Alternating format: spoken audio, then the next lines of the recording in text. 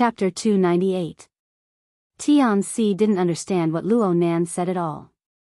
She just saw the crazy security guard fall face first to the ground. The baton slipped from his hand and slid all the way to their feet. She instinctively wanted to pick it up and use it to defend herself, but Luo Nan kicked the baton away the moment she bent down. "Don't delay. Take this elevator and leave first." Luo Nan urged Tian-Si to move faster. Tian-Si hesitated for a moment before walking out from behind Luo Nan. She walked toward the elevator when another ding rang out. A second elevator had arrived. Its location was right next to the previous elevator. Tian-Si took a step forward and was half a step ahead of Luo Nan. She raised her head and saw the same scene from before. Two security guards with the same expression came out of the elevator. One of them was even carrying a riot gun. Tian-Si's vermilion lips parted when she saw the pitch-black muzzle of the gun, but her throat was choked with fear. She was unable to make a sound. She no longer had the chance to hide this time. But it was also because of this that her pupils dilated from fear clearly reflected the entire process of the two crazy security guards' eyes rolling white as they silently fell to the ground. There were no sound or light effects during the entire process. It was like a pantomime. The people on the viewing platform outside didn't notice anything. But the more it was like this, the more bizarre and mysterious elements seeped into the bottom of her heart. Tian-Si subconsciously covered her mouth. Her ice-cold palms felt a bit of warmth from the breath, allowing her to confirm that she was still in the real world. But why? Why did she get involved in a conflict of this level? Luo Nan didn't have the leisure to ponder over a girl's mind. He saw that Tian-Si couldn't move her legs, so he gave her a light push. "Hurry up." Tian-Si bit her lips and took 2 steps forward. However, at this moment, the faint sound of motors suddenly stopped, and the display screens of the entire row of elevators on this side had all turned off. The power was cut off, and the metal doors automatically closed, isolating Tian-Si outside. Whether it was Tian-Si or Luo Nan, they were both stunned for a moment. Half a second later, Luo Nan grinned. It was hard to tell if he was smiling or not. The other side doesn't fight a battle unprepared. A muffled vibration came over just as Luo Nan finished speaking. The two trembled slightly beneath their feet. An earthquake? Tian-Si's first thought was an earthquake that had persisted for over a month. But the second wave of vibration came right after. There was also the sound of crashing water. It clearly came from the direction of Heavenly Ocean Lake. The few tourists on the viewing platform were all extremely shocked. Some stuck their heads in the direction of the swimming pool, while others directly walked over. Tian-Si looked over as well, but Luo Nan pulled her away. "Go to the fire escape passageway." Luo Nan no longer paid attention to the defunct elevator. He quickly confirmed the location and walked a few steps quickly. He rushed ahead of the confused Tian-Si, wanting her to keep up. In a trance, Tian-Si took a few steps forward and stepped over the body of the crazy security guard. This time, she didn't trip. Instead, she was more stimulated. When things reach an extreme, they move in the opposite direction. Her mind became much clearer. Remembering something, she stopped and bent down to pick up the anti-riot gun on the ground. Tian Nan said. A foot swept over and brushed past Tian-Si's fingertips, sending the anti-riot gun flying several meters away. Tian-Si's heart instantly spasmed. All her complex and chaotic emotions were squeezed to the point of exploding in this moment. She suddenly stood up straight, and she did not know where the courage came from. She rushed at Luo Nan and shouted. She unconsciously lowered her voice, "You have to use a weapon to defend yourself." Two. Guard down, said Tian. Nan. Tian, for what reason? I just took a course. Non-combatants can't possess weapons of mass destruction in similar situations. Otherwise, I might be the first to suffer. Tian-Si knew that she couldn't get angry, but she couldn't stand having her dignity trampled on. She raised her voice. I've gone through military training. I won't hurt you by accident. Or are you worried that I'll shoot you in the back? Yes, they will when the other party has some sort of controlling ability. Luo Nan raised his wrist slightly after speaking. He asked through his communication wristband. It can control ordinary people. The controlled person's movements are unhindered, and their emotions are strange. What sort of ability is this? Zhang Yingying responded in the first instance. She pointed directly at the owner of this ability. It's Puppeteer. He's a member of the investigation team. He's proficient in high-level hypnosis. His ability is to control life forms with complex emotions. Aside from humans, he can also control wild beasts or mutants with high intelligence, as long as he doesn't suffer a backlash. We can now determine who's in the crystal pillar. Zhang Yingying snorted coldly. Stay away from that stupid woman if you want to live. You should have parted ways from the beginning. Luo Nan indicated for Tianxi to keep up. He laughed. The other party has made ample preparations. I might not be able to deal with the hostage situation. I might as well keep her by my side and be at ease. You're going to ignore her? Who knows? Why take the risk and try? Zhang Yingying choked. She said resentfully, I'm just afraid that you won't be able to protect her. You'll be threatened all the same. Then it's a matter of ability. Luo Nan used his mental senses to lock onto the two threatening targets while he cautiously observed the situation all around him. At the same time, he spoke with Zhang Yingying and split some of his energy to keep an eye on Tianxi. Multiple operations and multiple people taking care of each other. This was a bitter task for anyone. However, Luo Nan dealt with it in an orderly and logical manner. He wasn't messed up at all. In fact, Luo Nan's mind had become much clearer after these 10 days of training. He Yueyin, bamboo pole, paper cut, and the others had imperceptibly clarified many common sense standards for him. When he encountered a situation and needed to make a judgment, he already had a set of rules about what elements he needed to consider and what he could overlook. Also, the cultivation of the heart lantern of the eye's orifice had allowed his reaction and coordination abilities to advance by leaps and bounds, even though he had yet to reach in-progress results. No matter what situation he faced, he would always be much calmer than before. He even split some of his mental energy. Leister, be a bit steady. Don't charge too fiercely. No problem. I'm around the 110th floor. I'll be there soon. Shuelei's breathing was steady, but his mood was clearly a bit tense. Luo Nan comforted him, it's okay. I've already taken down 3 of them. Puppeteer's move is useless against me. He arrived in front of the fire escape passageway as he spoke. He was just about to push the door open when he suddenly felt that something was wrong. The heart lantern of the eye's orifice flickered, and he immediately retracted his arm. He was just a hair away from stabbing his finger with the dark green beetle's pincers on the door handle. The sharp edge of the pincers was serrated, and there was a layer of green and lustrous light. The result of stabbing him would probably not be good. The attack missed, and the beetle, which was the size of a fist, buzzed. It spread its wings and flew into the air, smashing down to cover Luo Nan's face. Tianxi cried out in alarm.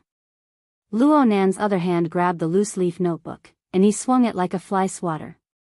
The dark green beetle leaped up to avoid Luo Nan's attack, and then it pounced down. It displayed inconceivable agility. Luo Nan saw that the force of his attack was exhausted, and he was no longer able to block it. A thin piece of paper floated out from between the pages of the notebook in Luo Nan's hand. It lay horizontally in the path of the beetle's attack. It transformed out of thin air, contracting like a spring, and then it burst open to reveal a small and exquisite figure. It flew high into the air and kicked the beetle far away. The small and exquisite figure landed on Luo Nan's shoulder. It was actually a small paper man the size of a palm. It had all 4 limbs, and its face was muddle-headed. Its body was only a thin layer, but it just so happened to adopt a fist stance. It was extremely intelligent amidst its strangeness. The chain of changes could be said to be like a falcon descending from a hare.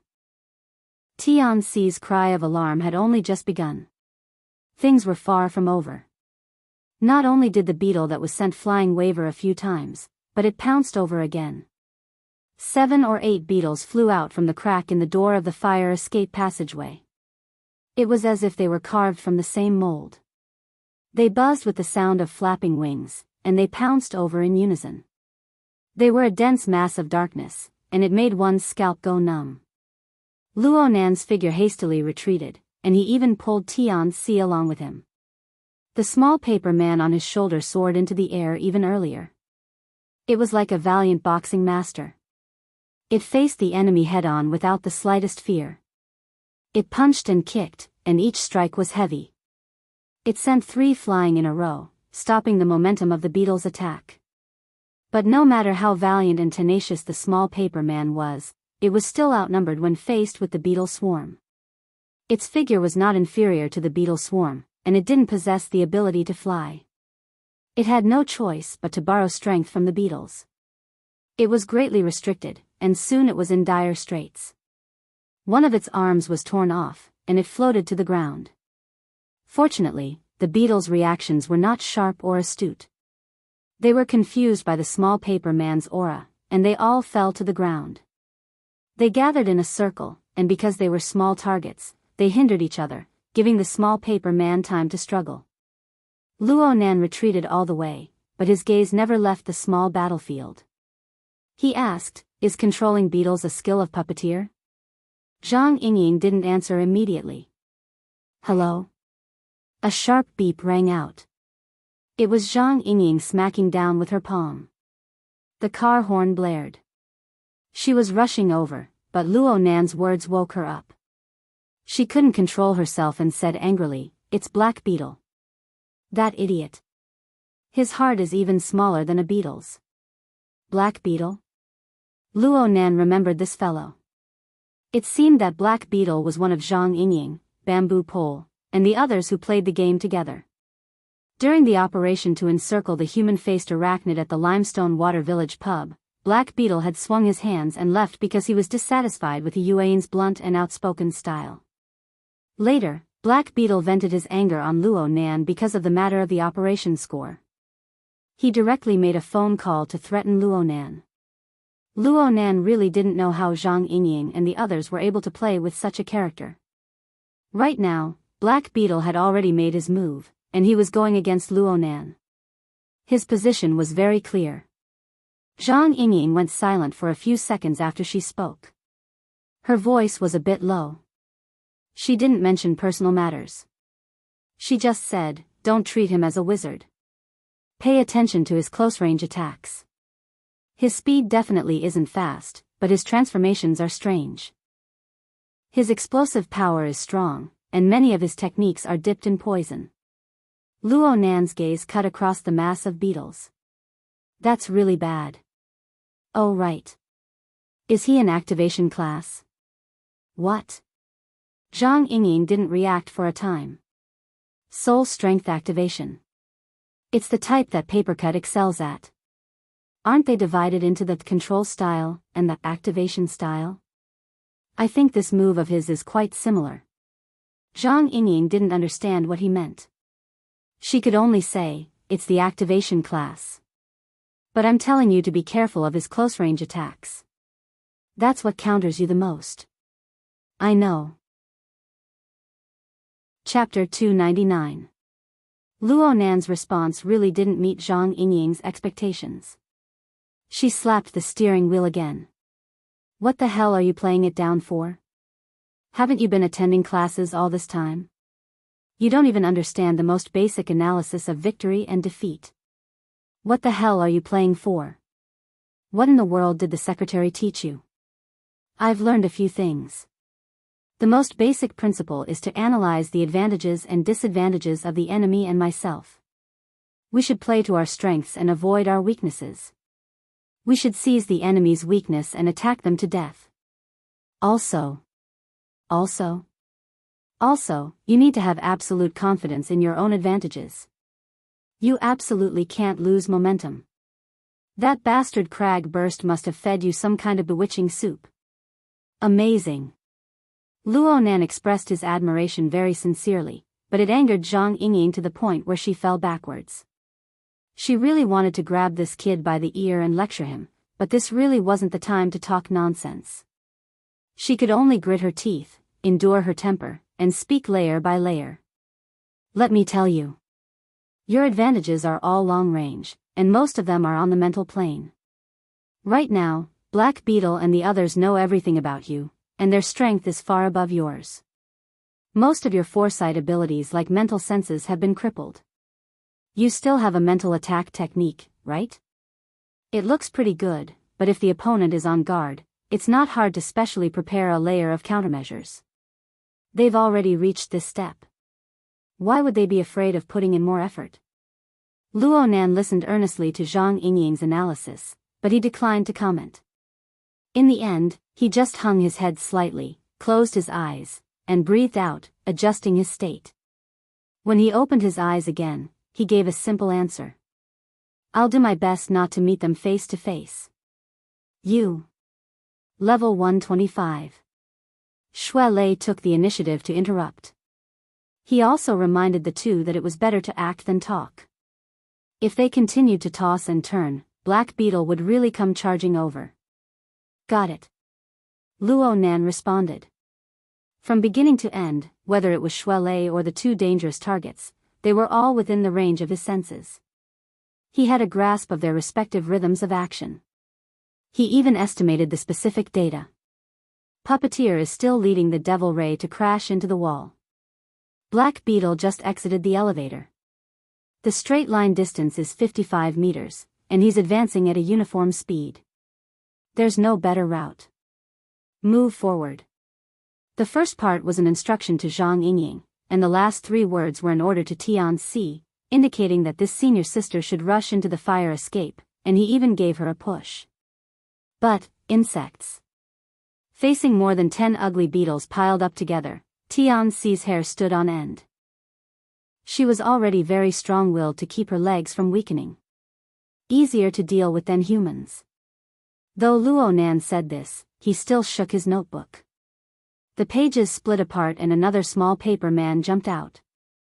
It wandered around the outside of the beetle pile, helping its companion to disperse the pressure and making the fight even more lively. Tianxi was unable to smile at all when she saw this mini and even comical battle scene. Ever since the start of the crazy security guard, Luo Nan had always been a bewitching core that clutched at her heart. Luo Nan would occasionally glance at her, but it made her heart beat faster. Most of this was due to the effects of fear. But she also remembered what Luo Nantong had said during the call. Under such circumstances, this young man, who was 6 or 7 years younger than her, did not need to hide anything. All his worries and considerations were open and frank. Because of this, the flavor of leniency that came after calm contemplation clearly appeared. Luo Nan didn't wish for her to become a hostage. It wasn't that there was any friendship between the two. It was just that it would bring trouble. But how could a truly emotionless person consider this? Tianxi thought of that person. She had already contacted him countless times after the incident, but he didn't pick up. He completely ignored her. Comparing the two, the callous and deep core behind his exquisite brows could be seen even more clearly. Tianxi found it strange that she was still able to think of these things in this critical situation. Perhaps this was the nature of women? Tianxi laughed self-deprecatingly after a few waves of thoughts churned in her mind. A bit of calmness reappeared from her dazed and chaotic state. She no longer hesitated and doubted pointlessly. She held her breath and carefully walked toward the fire escape ahead of her. The 2 small paper men gathered the beetles into a ball, clearing the path to the fire escape.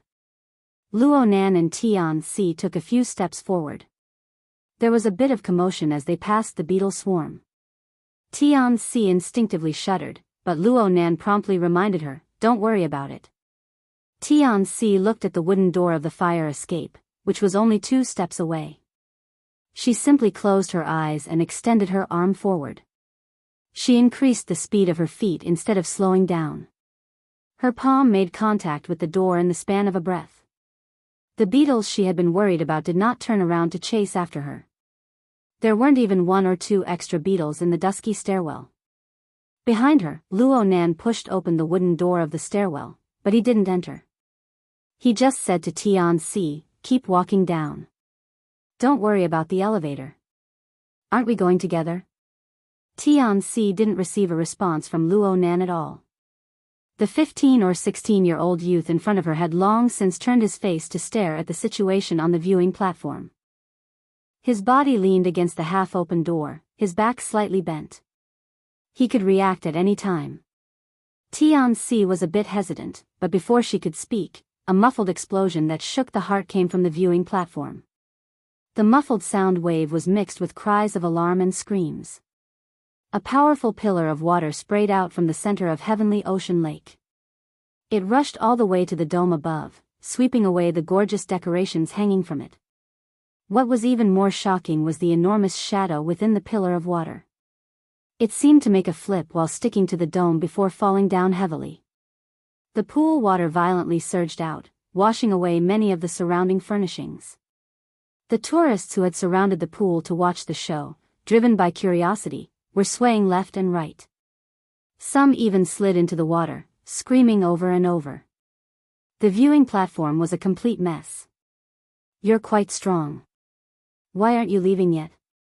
The situation before her eyes, as well as Luo Nan's reminder, made the stupefied Tian-Si finally understand the meaningless role she played in this storm.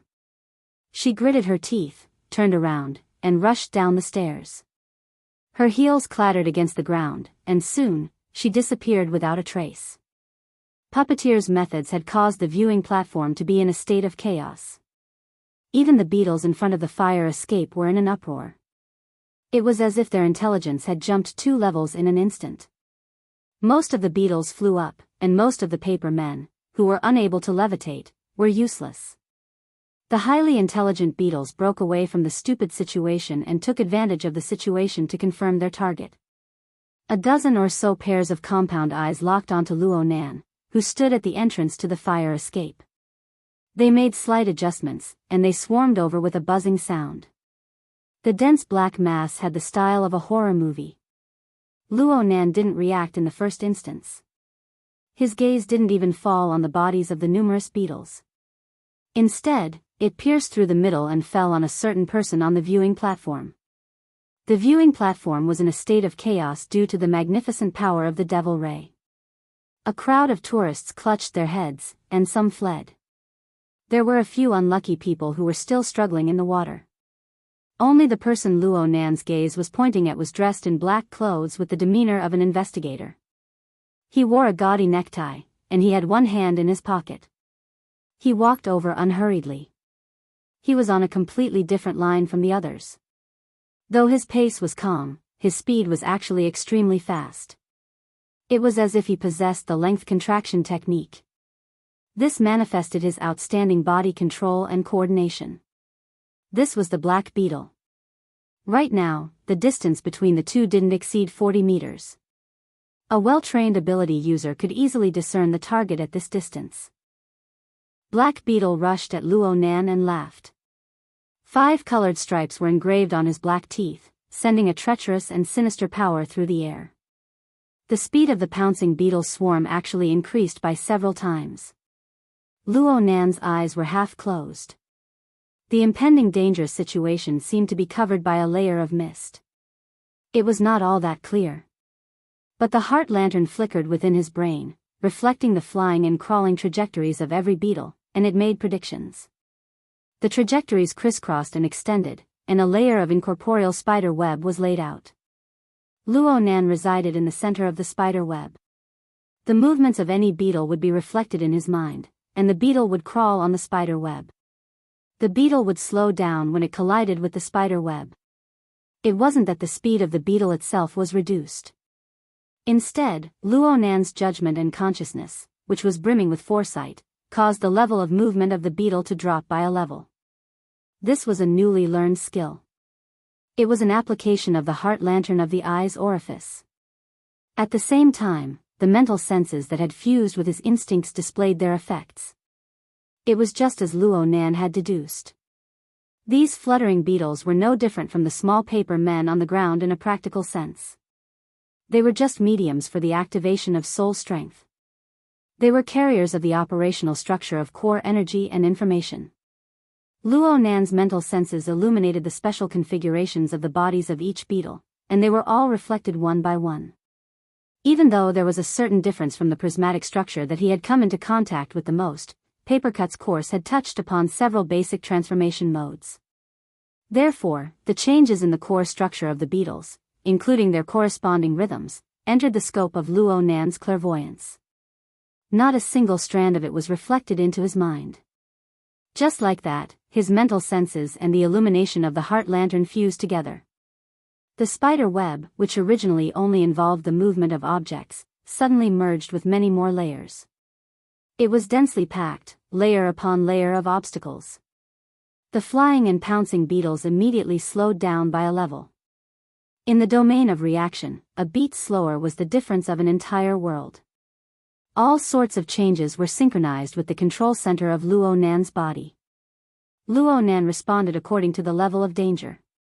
What Luo Nan did was to step sideways to make way for the entrance to the fire escape passageway. He added more force to the automatic rebounding wooden door.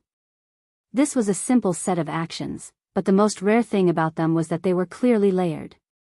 They weren't messed up at all, and they gave off a feeling of calm and unruffled. This was the full embodiment of body coordination. Half of the effects of cultivating the heart lantern of the eye's orifice over the past 10 days came from this. The door closed heavily. Through the glass of the door, Luo Nan could see the beetles unable to dodge in time. They collided headfirst into the door, and the crackling sounds of impact were quite crisp. Of course, this wasn't enough. These beetles weren't made of steel, so a normal impact wouldn't be able to injure them. Luo Nan didn't hope that this attack would succeed. He just used the door to block, and then he ran down the stairs. His eyes remained half-closed as he ran, and an incorporeal spider web revolved around him in the void. Above his head, on the familiar mental plane, a vicious and ugly shadow responded to his summons. It appeared by his side, occupying the center of the spider web. Its 6 eyes circulated with brilliance as it absorbed information from all directions. It was none other than the executor who had gotten rid of the 3 crazy security guards. The human-faced arachnid. Chapter 300. The human-faced arachnid in Luo Nan's hands was not an original type. It was a product of faith developed by the Order of Justice. It was a high-quality imitation version that Luo Nan had personally created. He had created and used it back at Frost River Reality. It was quite easy to order it around. Unfortunately, it was later destroyed by An Wang. Luo Nan had already forgotten about this matter with the passage of time. He never expected that Fairchild would send someone to deliver a small bottle of raw materials for some unknown reason before he went back to report. It was the metal bottle that Luo Nan had just thrown on the ground. Of course, the actual application of the human-faced arachnid still needed to mix in some negative emotions as a catalyst. This was not difficult for Luo Nan. The Wraith sign remained within the blood flame order, making it difficult to summon. This imitation human-faced arachnid could more or less serve as a substitute. The human-faced arachnid had locked onto all the threatening targets with Luo Nan's mental senses. The reason why it did not make a move was because Luo Nan had an unreliable feeling through his observations of the life sketches. He was like an experienced sniper who had a premonition of hitting or not hitting the target before pulling the trigger. No matter how bad the premonition was, it was impossible for Luo Nan to hesitate any longer. With a thought, the human-faced arachnid spat out an incorporeal shockwave.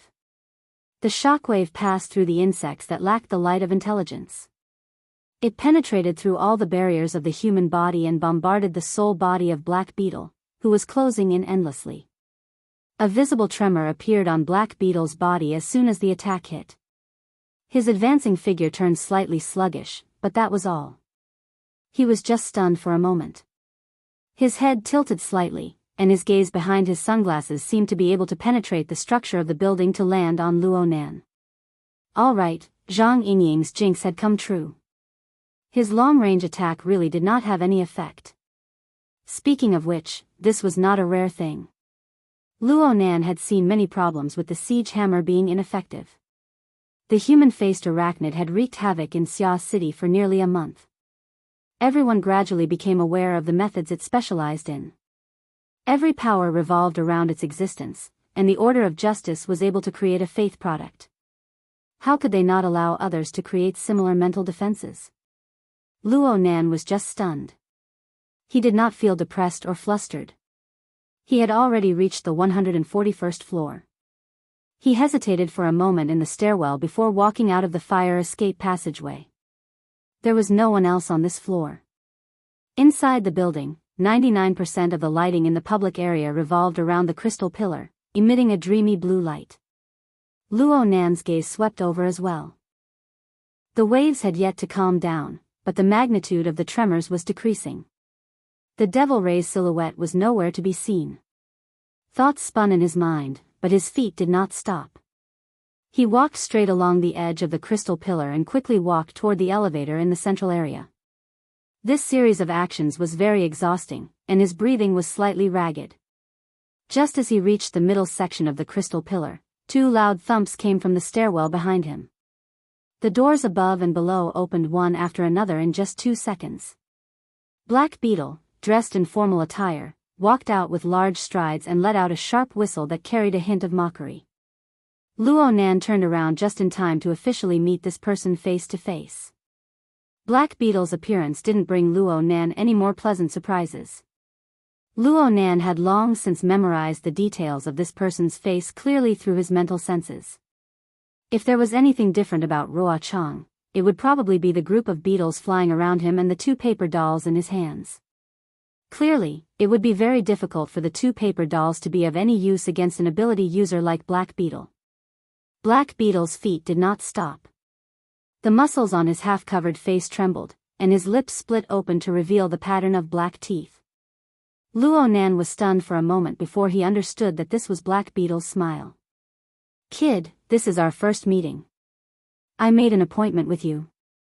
You're just a lowly piece of trash who vents his anger by cursing over the phone." Luo Nan spoke very frankly about his impression of Black Beetle. Black Beetle's face instantly emitted a layer of green energy when his self-introduction was stuck. The pattern on his black teeth moved back and forth, and at the same time, he exerted more strength in his fingers. The 2 paper dolls, who were already on the verge of death, were kneaded back and forth. Soon, they were deformed. In the end, they turned into specks of dust that drifted down from between his fingers. Luo Nan's eyes jumped. A small portion of his 10 days of hard work was gone just like that. Black Beetle noticed where Luo Nan's gaze was directed at and clapped his hands, knocking off the last of the paper. His eyes behind his sunglasses looked straight at Luo Nan. "Your mouth is a lot sharper, but... Activation class? Didn't they say that there's a problem with your interference power? That your progress has stagnated? Those people who deal with intelligence must be joking around." Luo Nan didn't say anything. His field of vision covered Black Beetle as well as his own kind that fluttered around him. The heart lantern of the eye's orifice and his mental senses worked in sync. From beginning to end, Luo Nan analyzed and made predictions. Luo Nan was still moving backward while his mind was focused on observing. He was facing Black Beetle. He walked backward, but his speed was not slow. What should have been a comical action was done very calmly and beautifully. This was the result of his body's coordination. Luo Nan definitely wouldn't have been able to do such an action 10 days ago. The wonders of cultivating in the eye's orifice lay in this.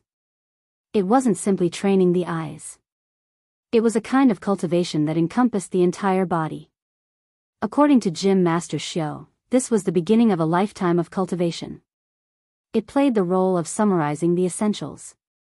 Luo Nan's strength, speed, and other hard indicators might not have made much progress over the past 10 days through targeted practice, but all of his abilities related to integration, coordination, and control had clearly increased. Even Black Beetle raised an eyebrow when he saw this scene. "You've spent quite a bit of effort in training that robotic woman. Is it because you've licked her to your heart's content?" Black Beetle's words were far from the main topic, and they were even more unbearable to the ears. Luo Nan's eyelids twitched, but his rhythm of observation and retreat was not disrupted. There was only a distance of 10 meters left between him and the edge of the central crystal pillar. He just needed to make a turn there, and he would reach the elevator area. Black Beetle twisted his neck. His footsteps seemed slow, but they were actually fast. He strode in close pursuit. What are you running for? Do you still remember what I said? We're going to play slowly. My words must be true. My actions must be resolute. This has always been my motto. No matter how Black Beetle provoked, probed, and mocked him, Luo Nan made up his mind not to say a word. He knew that the real show had yet to begin. He was happy to see this situation. Shui Lei had already broken through the threshold of the 130th floor. There was only a straight line distance of 40 to 50 meters left. However, the difficulty of climbing a building and running were different in the end. Plus, the difference in speed between Luo Nan and Black Beetle was very clear. Black Beetle took a few steps, and the distance between the two closed to around 30 meters. Luo Nan blinked, and his eyelids drooped down. The scene before his eyes turned a bit fuzzy. Black Beetle's method of advancing looked ordinary, but it was actually full of tricks and changes. Any tiny movement of his shoulders, hips, waist, and spine could be seen as a prelude to some change. Plus, his exuberant aura of life and his self-formed self-logic obscured the details of the life sketches from beginning to end. This brought great trouble to Luo Nan's analysis and judgment. Luo Nan's spiderweb became even more complex because of Black Beetle's existence. The consumption of energy increased endlessly. Black Beetle's voice cut in at the right time. It was indescribably sinister. Are you sure you want to continue running? It's true that intelligence is often funny, but there are times when it's useful. I know that you have an outstanding range of mental senses. You have decent mental attack techniques, and you even have the ability to activate your class. But, your body and soul are out of balance, and your body is reaching its limits. This information isn't wrong, right? Kid, do you feel your fingers go numb, your entire body is burning, and your body is aching? Luo Nan's eyelids twitched. It wasn't just because of the provocation from Black Beetle's words. It was also because the distance between him and Black Beetle had already entered the threshold of 20 meters. For an ability user, Black Beetle could practically reach Luo Nan in a single pounce. Black Beetle's words grew all the more unhurried, but the pressure of his movements continued to increase. Your 3 axes are right there. Everyone can see it. Have you ever learned the analysis of the factors that determine victory and defeat? How to calculate the factors that determine victory and defeat, advantages and disadvantages. Actually, you don't need to lick that robotic woman. I, Uncle Bug, can teach you step by step right now. Oh, your eyes. It's your eyes, right? Your blood vessels are about to burst. At this very moment, Luo Nan's half-squinted eyes were already glistening with a bright red color. It was just as Black Beetle had said. The blood vessels around his eyes were about to burst. The heart lantern of the eye's orifice was used with mental senses. The results were excellent. The trajectory of activity on the material plane. The source of control on the mental plane. The structure of energy and information that interfered with each other. The elements of different planes corresponded and appeared. They affected and interfered with each other. Only by using a united method could everything be displayed in the most comprehensive manner. It was quite helpful in increasing the progress of cultivating in the eye's orifice. This point had already been displayed when he was watching the fish at the party. But Luo Nan's current cultivation situation could tell that there were hidden dangers in this close relationship. He had felt a sense of crisis for many days, but who would care about these things at this critical juncture? Now, after a round of cultivation, the hidden dangers began to reveal themselves. The most direct and fatal point was the limits of what his body could bear. Black Beetle believed that the time was right. He let out a strange chuckle from his throat. We can keep playing, or we can be honest with each other. Why don't you tell me what you saw in the logic world? The question that came out of nowhere made Luo Nan, who was suffering from the limits of his eyes, feel his heart thump heavily. How many people knew about such a secretive matter? How did the news leak out? Black Beetle grasped an opportunity during Luo Nan's moment of distraction. How could he expect Luo Nan to spit it out? Black Beetle had used a series of oppressive words and actions for the sake of obtaining this opportunity to strike. Black Beetle's figure suddenly blurred, and he flashed out from the swarm of beetles surrounding his body. Even Zhang Yingying would praise him for his explosive power. He instantly crossed a distance of nearly 20 meters and clawed at Luo Nan's face. Black Beetle saw that Luo Nan was only an arm's length away, but an attack assaulted him on the mental plane. He's exhausted his limited abilities. Black Beetle had long since anticipated Luo Nan's response. There were only a few methods this kid could use at his current stage, no matter how one looked at it. Black Beetle had long since made his preparations to take on Luo Nan. He had specially cast a protective spell before taking action. It could withstand at least 5 similar waves of attacks. Black Beetle deliberately stared at Luo Nan's eyes. He hoped that the fear and despair in this kid's heart would spurt out along with the high-pressure burst of blood. Black Beetle would use the Hexier to capture this marvelous scene. He would give it to the robotic woman, to all the old friends who flattered and coaxed this kid, but had forgotten about him. In the next moment, the attack on the mental plane touched the protective net formed by Luo Nan's incantation. Black Beetle saw his wish come true. Blood seeped out from the corner of Luo Nan's eyes. Black Beetle's lips parted, and he welcomed all of this with a smile. Oh, wait a moment. His thoroughly tempered psychic senses sensed something strange. The mental attack came over, but there were no intertwining changes between the attack and the buffer as he had expected. It was empty. But there was a strand of gentle wind. There was even an even more formless beam of light that was cast inside. The wind passed through the gap, illuminating the earth. Chapter 301. Black Beetle could be considered a mentally enhanced ability user. Even though he didn't have much talent in the field of sensing and observation, he had basic common sense. If his own sensing and observation could reach the standard of being transparent and bright, being unobstructed, then it would naturally be excellent. The problem was that when he became the target of sensing and observation, his entire body would be leaking wind and rain. His body and mind would be exposed to the finest details. That would drive him crazy. This was what Black Beetle was feeling right now. From a realistic and understandable level, Luo Nan's face was between his palms and fingers. He just needed to reach out a little and he would be able to tear the kid's face off. But when that feeling of being unobstructed appeared, he felt as if his body was leaking wind from all sides. An unsuppressible feeling of weakness instantly flooded his entire body. What was going on? It was hard for Black Beetle to figure out this sudden and unforeseen event in a short amount of time. He could only see Luo Nan's eyes oozing blood through the gaps between his palms and fingers. Luo Nan's pupils were slightly dilated, unfocused, motionless, and somewhat lifeless. Just as this judgment arose in Black Beetle's mind, Luo Nan's eyeballs moved.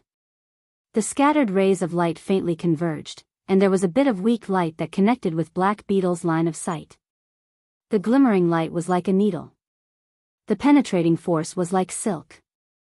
This tiny force of the needle would only cause a bit of pain if it pierced into the thick skin and flesh. But if it pierced into the eyeball, the heart, or the brain, then the result would certainly be different. This was what Black Beetle sensed. The state of being riddled with holes was unable to provide any protection, and the force of the needle was unimpeded. It pierced through and stirred at his weakest and most fatal location. In an instant, the pain was like thunder, exploding in his brain. It then rapidly spread out, unable to be controlled. Black Beetle howled in pain. His eyeballs nearly popped out of his eye sockets. Black and red crisscrossed in his field of vision. His senses were in chaos. Fear flooded his heart instinctively, but his many years of fighting experience still drove him.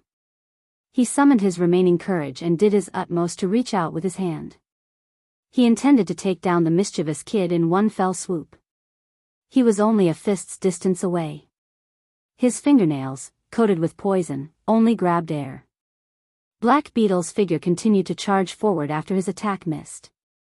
Only now did he remember that he was in the midst of a high-speed assault. His senses were in error, and his nervous system was under stress. It completely messed up the balance of his body. F***ck.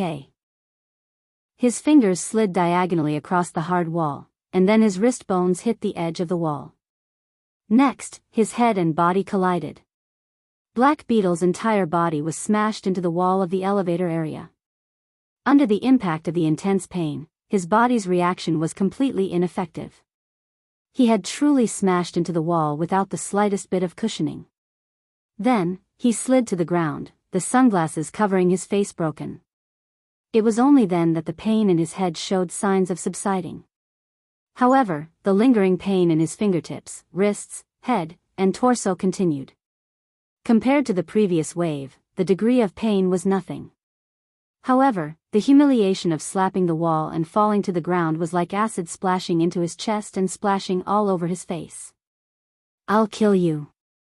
Black Beetle let out a roar, and at the same time, he pulled off his already deformed sunglasses and crushed them with his palm. He ignored his chaotic vision and his terrible sense of balance. He supported himself against the wall and struggled to stand up. He waved his arms in a venting manner and controlled the beetles to fly in all directions. But everything he did was useless. He couldn't even touch a hair on Luo Nan's head. No. He needed to calm down. He needed to calm down. Black Beetle's successive attacks failed, and his emotions of fury and fear interweaved and fluctuated. Finally, there was a trough, and Black Beetle seized it. He calmed his mind with all his might, trying to break free from his current terrible state. He leaned against the wall and tried to call out to his temporary partner, "Puppeteer, Puppeteer. F***ck." Before Puppeteer could respond, the piercing feeling came again. But this time, it didn't bring about intense pain. Instead, it brought about a sound of unknown origin. No, it was telepathy.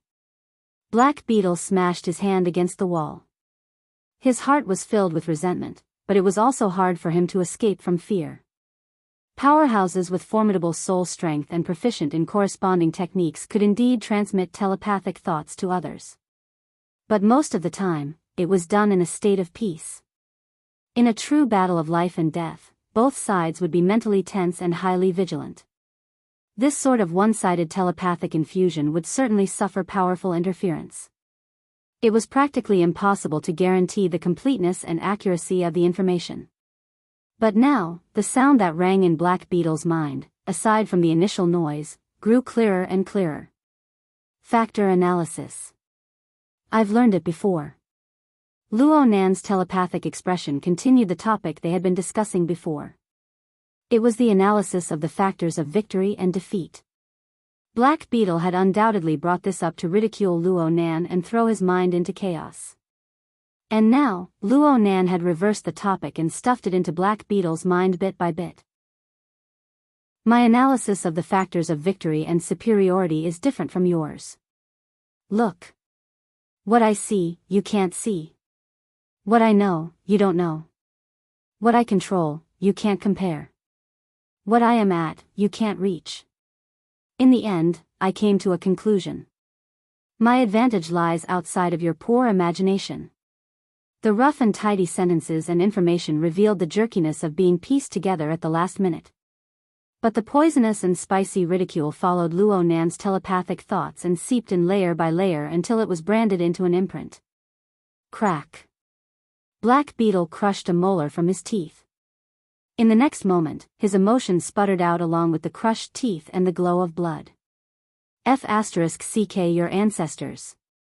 Black Beetle cursed crudely. His boiling energy and blood were unable to drown out the bone-chilling current in Black Beetle's mind. He knew very well that Luo Nan's telepathic thoughts weren't powerful. They were just strands. But it was hard for Black Beetle to interfere with Luo Nan's telepathic thoughts no matter what methods he used to defend. This strand of telepathic thoughts could come and go as they pleased. It wantonly painted and engraved marks on his mental plane. It was as if it had entered an uninhabited realm. It was a perfect match with the feeling of being transparent and bright, unobstructed and unobstructed.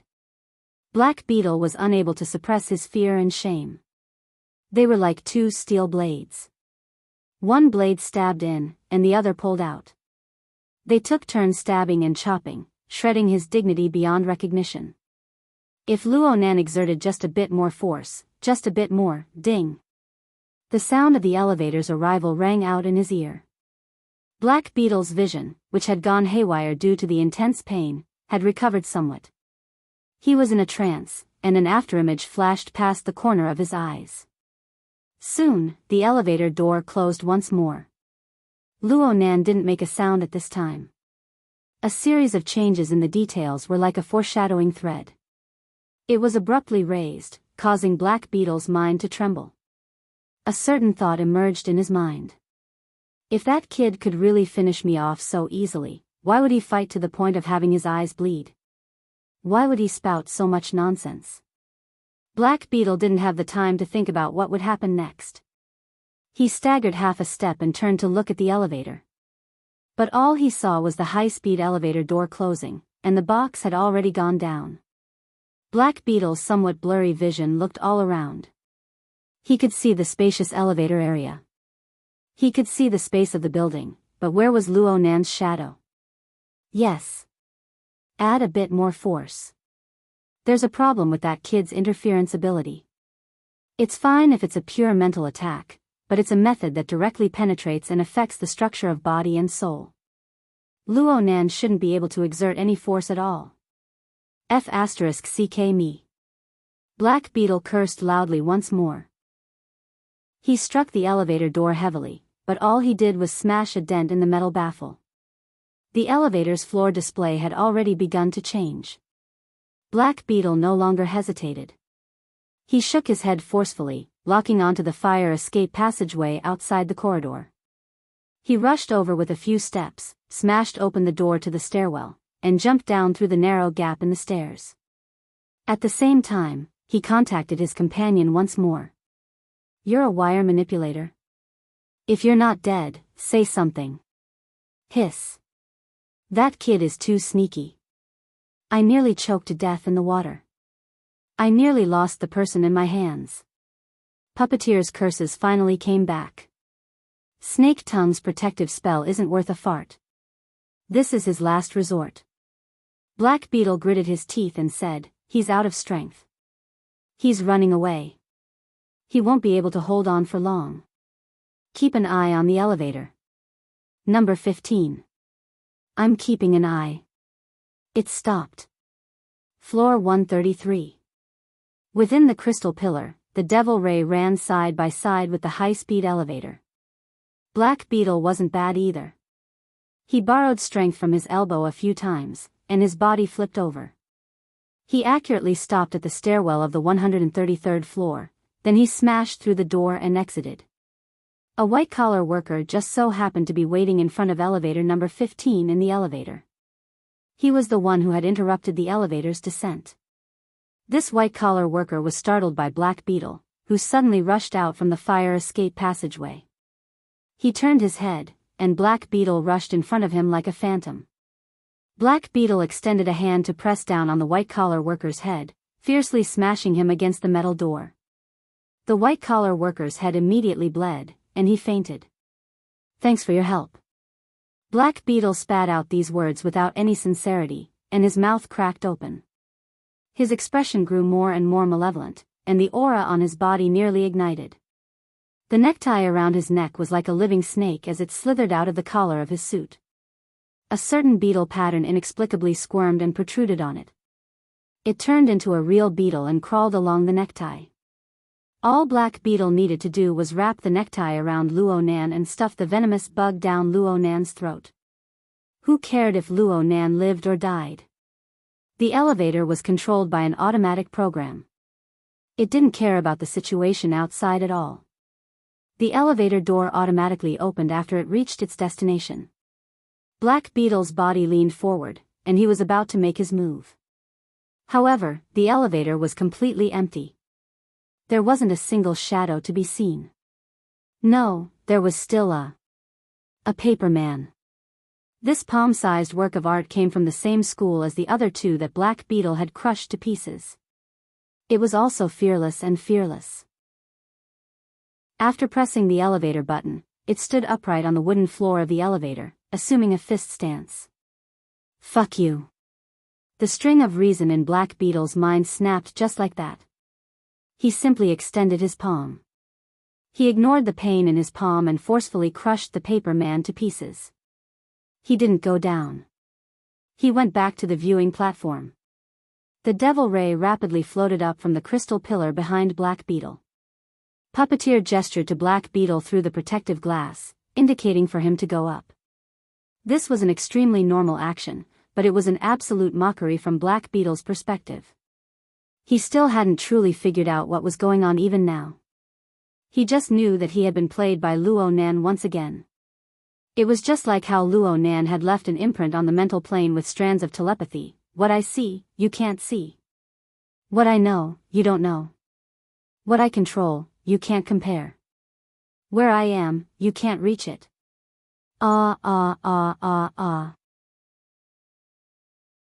Chapter 302. The viewing platform had been bustling with noise and excitement. The tourists at the scene were in a state of chaos due to the devil ray breaking through the heavenly ocean lake. Some left, some alerted the police, and some joined in the fun. But by the time Luo Nan climbed onto the viewing platform once more, all sounds on the platform had been cut off. Several dozen people were lying on various parts of the platform, unconscious.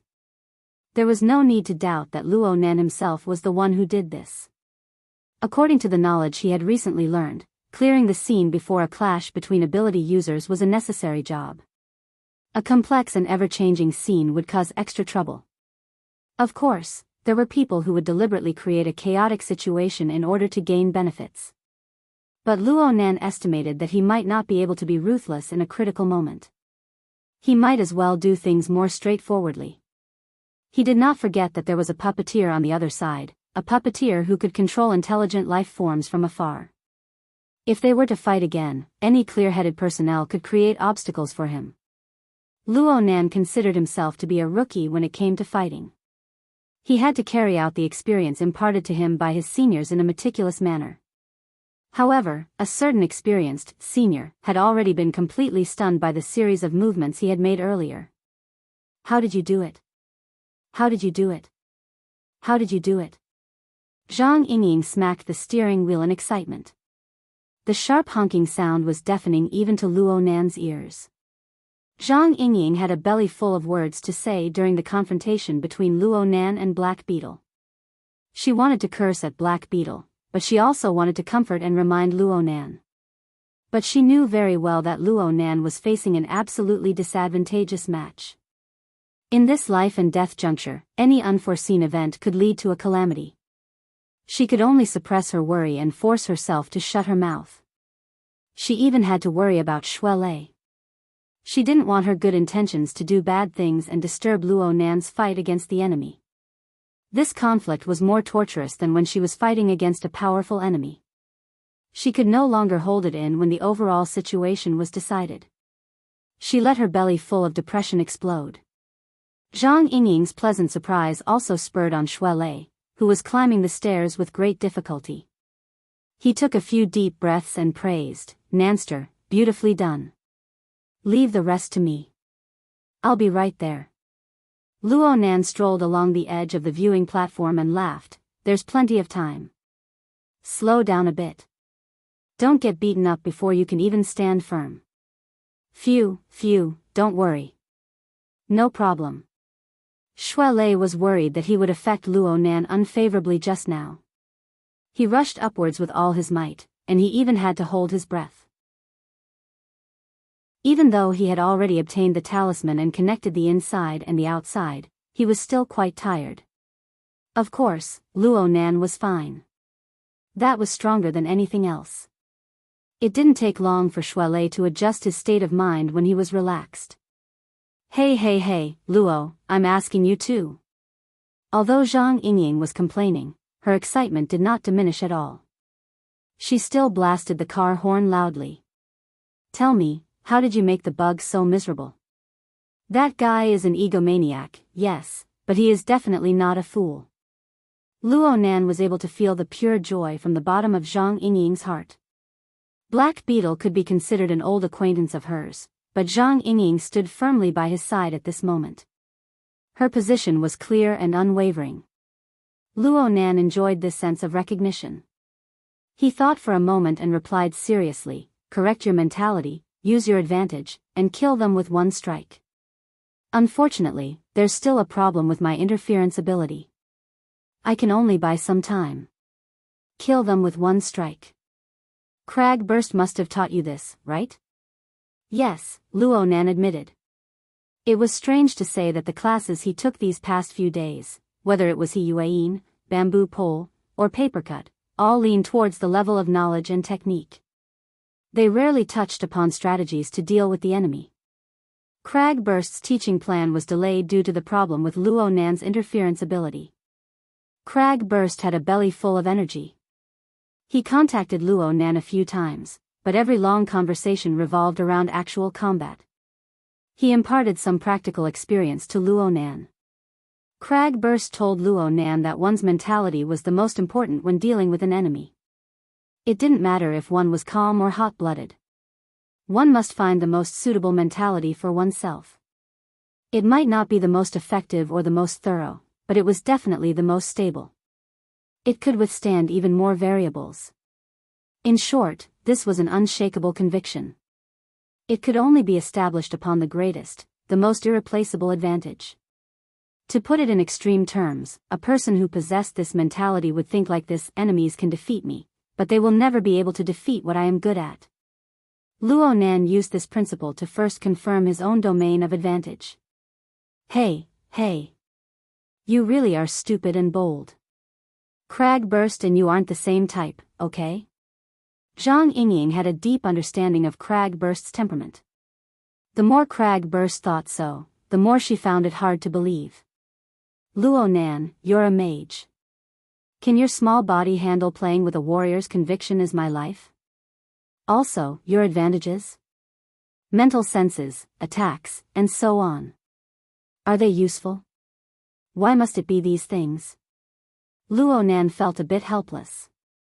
Whether it was Zhang Yingying or Black Beetle, they both wholeheartedly attributed Luo Nan's advantages to the range of his senses and mental attacks. But Luo Nan never believed this. There were many powerful people in the world. No matter how outstanding Luo Nan's mental senses were, no matter how fierce the human-faced arachnid siege hammer was, there would certainly be people who were stronger than him in terms of the precision and range of his senses and the intensity of his mental attacks. They might even be much stronger than him. This kind of superficial advantage would sooner or later be directly destroyed by others. His advantages could only be established upon a certain irreplaceable and unique element. You still have cards up your sleeve? Zhang Yingying was a bit skeptical. She felt that she had a better understanding of Luo Nan.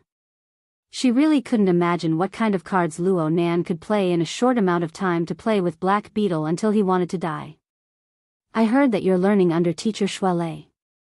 To be able to teach a disciple like Shuelei, you must be an extraordinary person. But it's only been a few days. Hey, Shuelei, kid. What kind of quick mastery did your master teach you? Shuelei had already caught his breath during the time Luo Nan and Zhang Yingying were conversing. His breathing became much smoother. He answered, "It's the heart lantern of the eye's orifice. But this isn't a quick mastery technique. It's a technique for the eyes." How could it be? Oh my. Zhang Yingying came to a realization at nearly the same time. She didn't have the time to ask Luo Nan about the profoundness of victory. She spoke in an urgent tone. Black Beetle said that the blood vessels in your eyes exploded. Did you use some sort of forbidden move? How are you now? I'm fine. Luo Nan used his knuckles to lightly rub the corners of his eyes. The pain in his eyes was still there. The blood was still flowing out, but it was a bit lighter. The more he played it down, the more Zhang Yingying didn't dare to treat it lightly. Luo Nan smashed his car horn again, but his excitement and joy had faded away. All that was left was annoyance and worry. A kid will always be a kid. His eyes. How can you mess around in this place? Hey, didn't your teacher warn you when he passed on his skills? Shui Lei was gloomy. The heart lantern of the eye's orifice is a technique of grinding. It's a gradual method. There's no such thing as a forbidden move. I see you. Shui Lei had already pounced to the 140th floor by now. He could see him with his eyes, and he was waving at Luo Nan. Even if Luo Nan had to climb the remaining 2 floors, he would still be a step ahead of his 2 enemies. It could be said that Luo Nan was already in an invincible position. Luo Nan knew that his eyes were a bit damaged from forcefully integrating the heart lantern of the eye's orifice and the domain of mental senses. He had already surpassed his limits. It would be best for him to close his eyes and rest right now. However, he didn't want things to end like this. Luo Nan held onto the protective glass at the edge of the platform. His gaze naturally cast far away.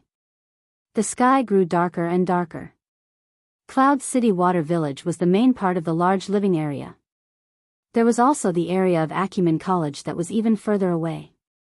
All of them lit up with lights, separating blurry shadows and silhouettes.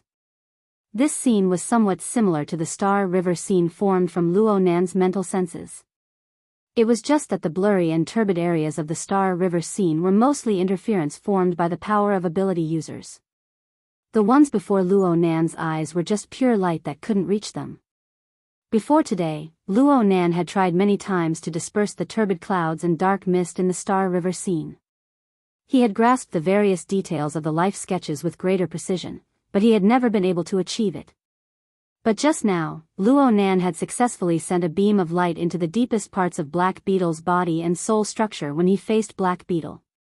He had drawn the clearest life sketch, and he had seen through all the weaknesses of Black Beetle's life level. Only then was he able to seize the initiative and play with Black Beetle in the palm of his hand. That beam of light originated from, or at least partially originated from, the heart lantern of the eye's orifice. The heart lantern of the eye's orifice was not the cornerstone of Luo Nan's beliefs, but this technique imparted to him by Gym Master Xiao undoubtedly played an extremely crucial role. Normally, the heart lantern took into account the functions of storing and guiding water. It carved out the spiritual orifice of the body and activated Luo Nan's soul strength. And in practical use, it hung in the air, reflecting and foreseeing the dynamic trajectory of the material plane. It complemented Luo Nan's mental senses. When viewing an object or drawing a scene, if one angle was not clear, one could often find new discoveries by switching to a different angle.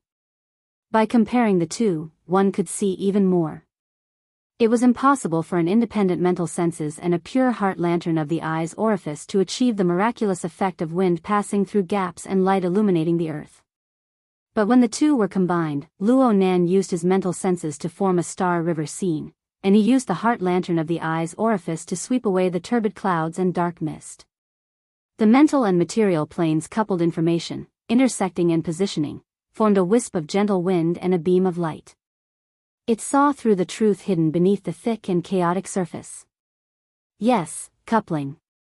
Borrowing this definition really made one's body and mind happy. Luo Nan closed his eyes and then opened them again. The light of his mental senses could already illuminate the life structure of ability users. Could it be that he was unable to illuminate the purely dusky void of the world? At this very moment, Luo Nan used a new and refined clairvoyance method to observe the void. He gazed at the silhouette of the jungle at the edge of the world. The increasingly dusky color of the sky could not obstruct him. The information on the material plane and the mental plane corresponded and connected once more. They rubbed against each other, bursting forth with a marvelous spiritual light. The light was cast into the reservoir of the heart lantern of the eye's orifice. Then it passed through the pupil, passed through the void, passed through the chaotic silhouette of the jungle, and hung above the target. The surface of the lake was like a small mirror amidst the withered leaves of the jungle. On one side was gear. The exquisite building carried a bit of a rusty color. The long river that pierced through the forest flowed through its other corner. It made a turn at the end of one's field of view, extending into the distance. It was as if it had been washed away by time for many years. When time moved, all things moved. Chapter 303. Luo Nan quietly gazed at the world before him. He remained motionless for a long time. Even when Shui Lei flipped onto the viewing platform and called out to him, Luo Nan did not respond. Shui Lei was a bit frightened. From his perspective, Luo Nan's face was stained with blood and tears. It was painted into a devilish face. Blood seeped from the corners of Luo Nan's eyes, and Luo Nan's eyes were completely red. Luo Nan should be sent to the hospital immediately. Hey, which one of you two is going to say something? Zhang Yingying, who had been ignored for a long time, slapped the steering wheel. Sister Ying, I think Nanster's state isn't right. Shui Lei was flustered. He rushed to ask Zhang Yingying for advice. However, Luo Nan's calm state of mind was very similar to Gym Master Xiu's usual demeanor. Shui Lei subconsciously lowered his voice, afraid of disturbing Luo Nan. Before he could receive a response from Zhang Yingying, Luo Nan's voice suddenly rang in his ear. The breath of heaven and earth may not be impossible to find. These words came out of nowhere. Shui Lei was stunned, but he felt an inexplicable sense of familiarity. He carefully pondered a few times before remembering that this was related to the Gym Master's fate theory. He had spoken of this to Luo Nan some time ago. However, the Gym Master's original intention was to say that the world was vast and the human strength was minuscule. Cultivators needed to constantly work hard and be attentive in all aspects. Only then could they borrow the power of heaven and earth for their own use. What stood out was that the mind was before the energy, and the energy was before the strength. The core of Luo Nan's words seemed to have changed. Shui Lei did not quite understand Luo Nan's thoughts, but he was worried about Luo Nan's state. He could only ask cautiously, Nanster? The flow and operation of the river, the existence and destruction of the forest, all have rules. They form their own systems. They can be said to have their own formats. It is these small formats that are like sets of gears naturally formed by the heavens. They are joined together to form the large format of heaven and earth. Luo Nan had already entered a state of mind. He continued speaking, from the perspective of formatting theory, the heaven and earth format is vast and boundless. It is rich in layers, and it is constantly changing. It is like a production line assembled from complex machines. Millions of gears operate in sequence, transmitting power layer by layer. Here we go again. Zhang Yingying could not help but groan. Was the scene of Luo Nan talking to himself? Luo Nan was talking to Zhang Yingying. It was like a dream.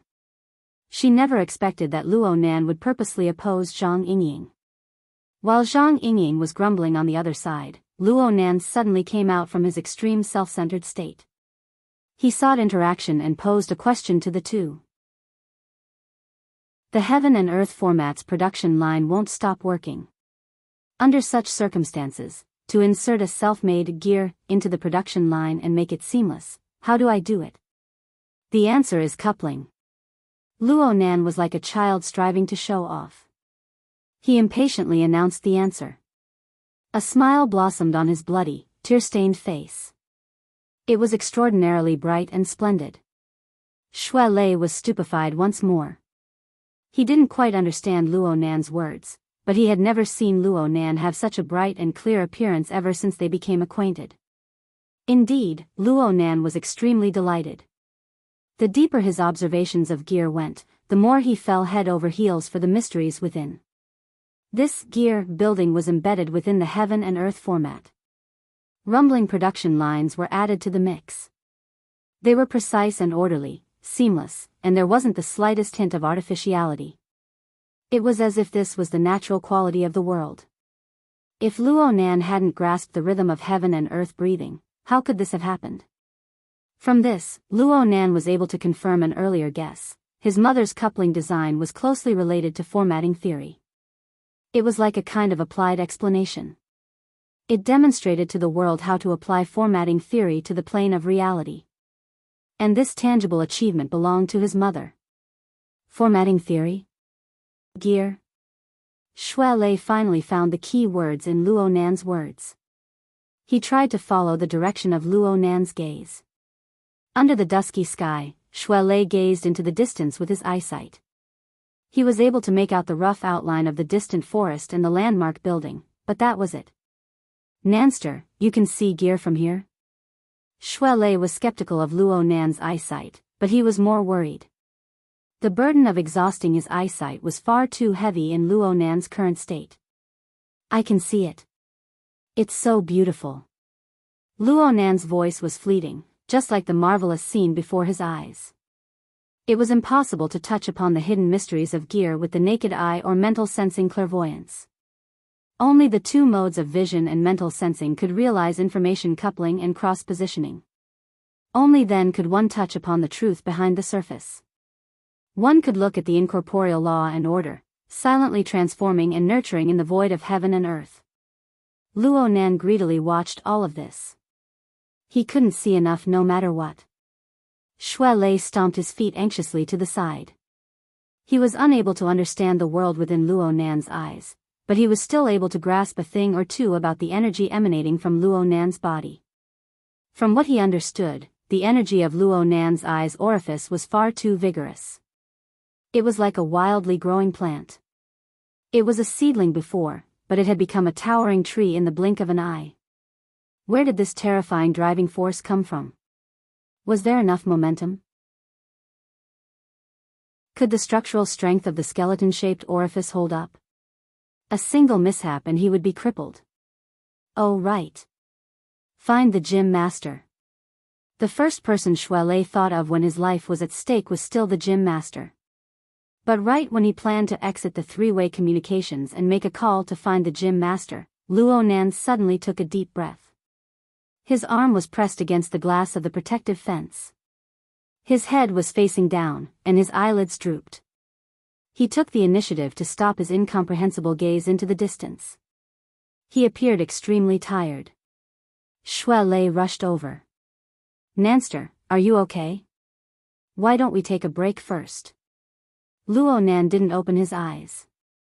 He just laughed. I might be in a bit of a situation. Huh? A kind of order is like a gear. Two kinds of orders are coupled, and the gears bite together. If there's no precise design to connect them, and the difference in volume between the two sides is too large, it will be very troublesome. Shuelei was stupefied. Zhang Yingying spoke hatefully from the other side.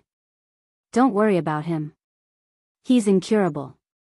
Luo Nan understood the different forms of concern and worry from his friends, but it was hard for him to continue explaining the state of his body. This was because it involved his deep secrets. The coupling relationship formed between the heart lantern of the eye's orifice and mental senses was essentially the beginning of Luo Nan's physical body cultivation.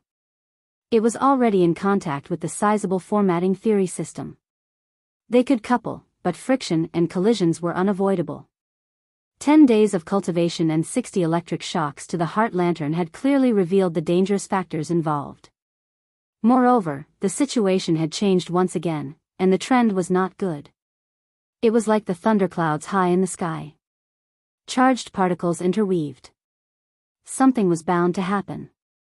Powerful lights suddenly flashed, and the external neuron was like a demon dragon that roared through the wind and thunder. It appeared in the palace of his brain, shaking off its body of electricity to bombard the heart lantern. The 61st time was stronger than any other time. This was a direct collision between the external neuron and the structure of the eye's orifice. Luo Nan had a premonition in his heart, but the intensity of this collision exceeded his expectations. His body suddenly tightened, and his mind became dizzy. He seemed to hear the sound of his eyeballs shattering in his daze. The impact his brain nerves received was transmitted to every part of his body through the tightly interwoven nervous system. His muscles, bones, blood, and fascia all twitched reflexively. Luo Nan curled up his body and crouched down. He extended his hand to cover his eyes, and tears flowed uncontrollably from his eyes. His eyeballs heated up, and his eyelids twitched wildly. It was extremely uncomfortable. Shuelei's cry of alarm and Zhang Yingying's panicked shouts entered his ears. The two were in chaos. Yet Luo Nan's thoughts became more and more clear amidst the pain. He could even feel a slight change in the touch of his hand covering his eyes. It was not blood mixed with tears. Instead, it was more viscous. The intense and powerful pressure caused greater damage to his body. This is nothing. I know what's going on. Luo Nan calmly comforted himself. The results were very good. There was probably nothing that could shake his heart more than the discovery of the mysteries of gear in a short amount of time. Even though Luo Nan couldn't see, he still accurately grabbed Shui Lei's outstretched arm and whispered, "I'm fine. Someone's coming from behind." Luo Nan had just finished speaking when the sound of water surged from the direction of the heavenly ocean lake. It was mixed with the oppressive sound of an explosion. An enormous devil ray soared into the sky and landed heavily, raising large waves in the pool. At the same time, a figure leaped up gracefully, jumping onto the frame structure propped up above the side of the pool. The figure wore a black diving suit, revealing the strong and sturdy lines of a human body. His face wore enormous diving goggles, and he had no intention of taking them off. This was one of the members of the investigation team sent by headquarters, Puppeteer. Shui Lei turned around, protecting Luo Nan behind him. His eyes were vigilant. Puppeteer didn't express anything. He relied on his good position to look down from above. His eyes behind the diving goggles continued to size up the two people at the edge of the viewing platform. Especially Luo Nan. Puppeteer was very interested in Luo Nan's painful crouch. Only a few seconds passed, and two elevators arrived not far from the edge of the heavenly ocean lake. The first to come out was Black Beetle. His sunglasses were thrown away, but his face was still a bit green. His cold and sinister gaze pierced over, ignoring Shui Lei. His gaze only fell on Luo Nan's arched back. Shui Lei wasn't the least bit polite to this person.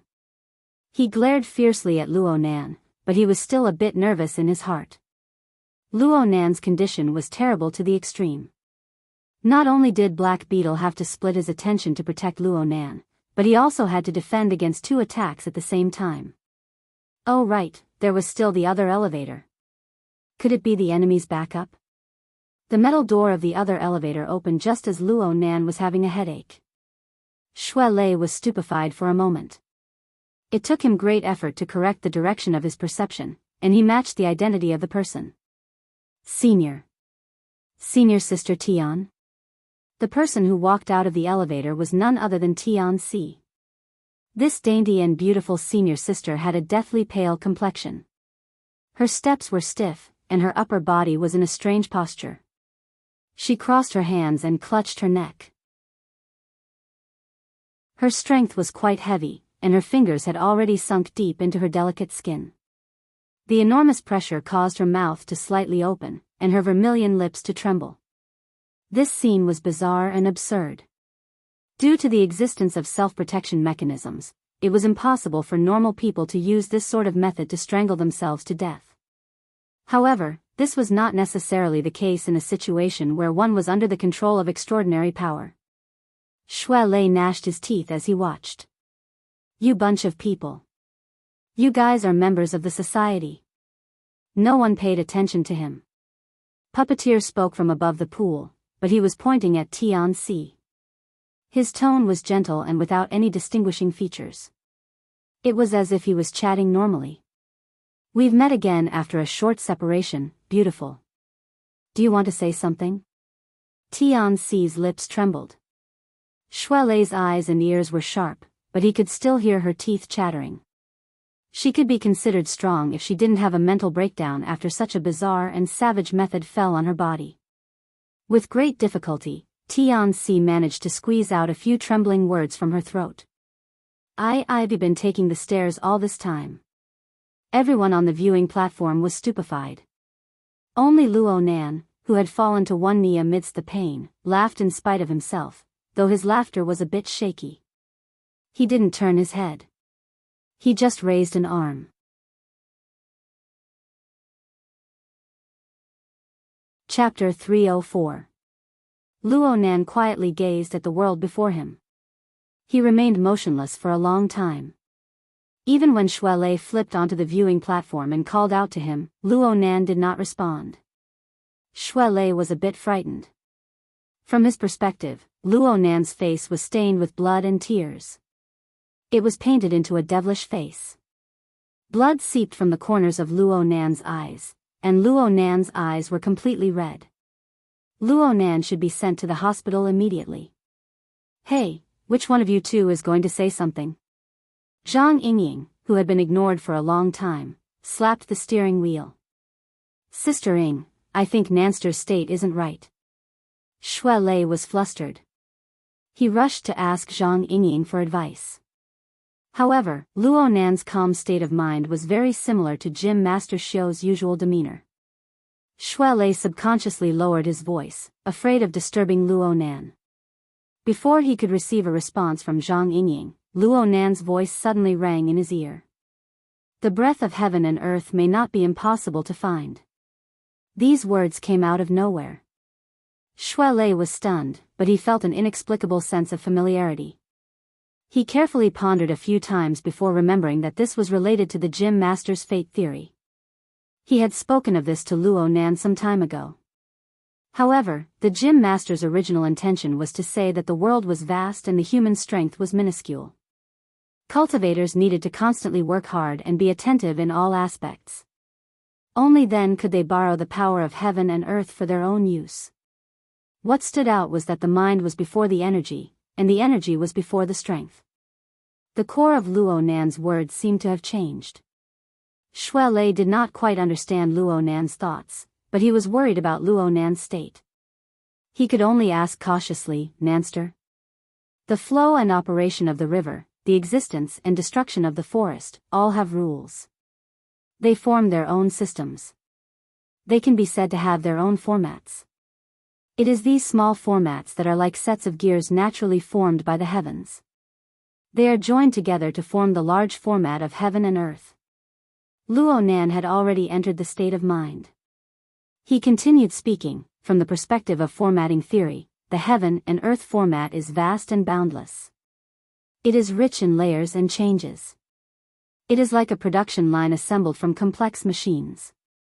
Tens of thousands of gears operate in sequence, transmitting power layer by layer. Here we go again. Zhang Yingying could not help but groan. The scene of her talking to herself was simply a replica of that night at Frost River reality. Unfriendly thoughts and concepts assaulted her face. She never expected that Luo Nan would purposely oppose Zhang Yingying. While Zhang Yingying was grumbling on the other side, Luo Nan suddenly came out from his extreme self-centered state. He sought interaction and posed a question to the two. The heaven and earth format's production line won't stop working.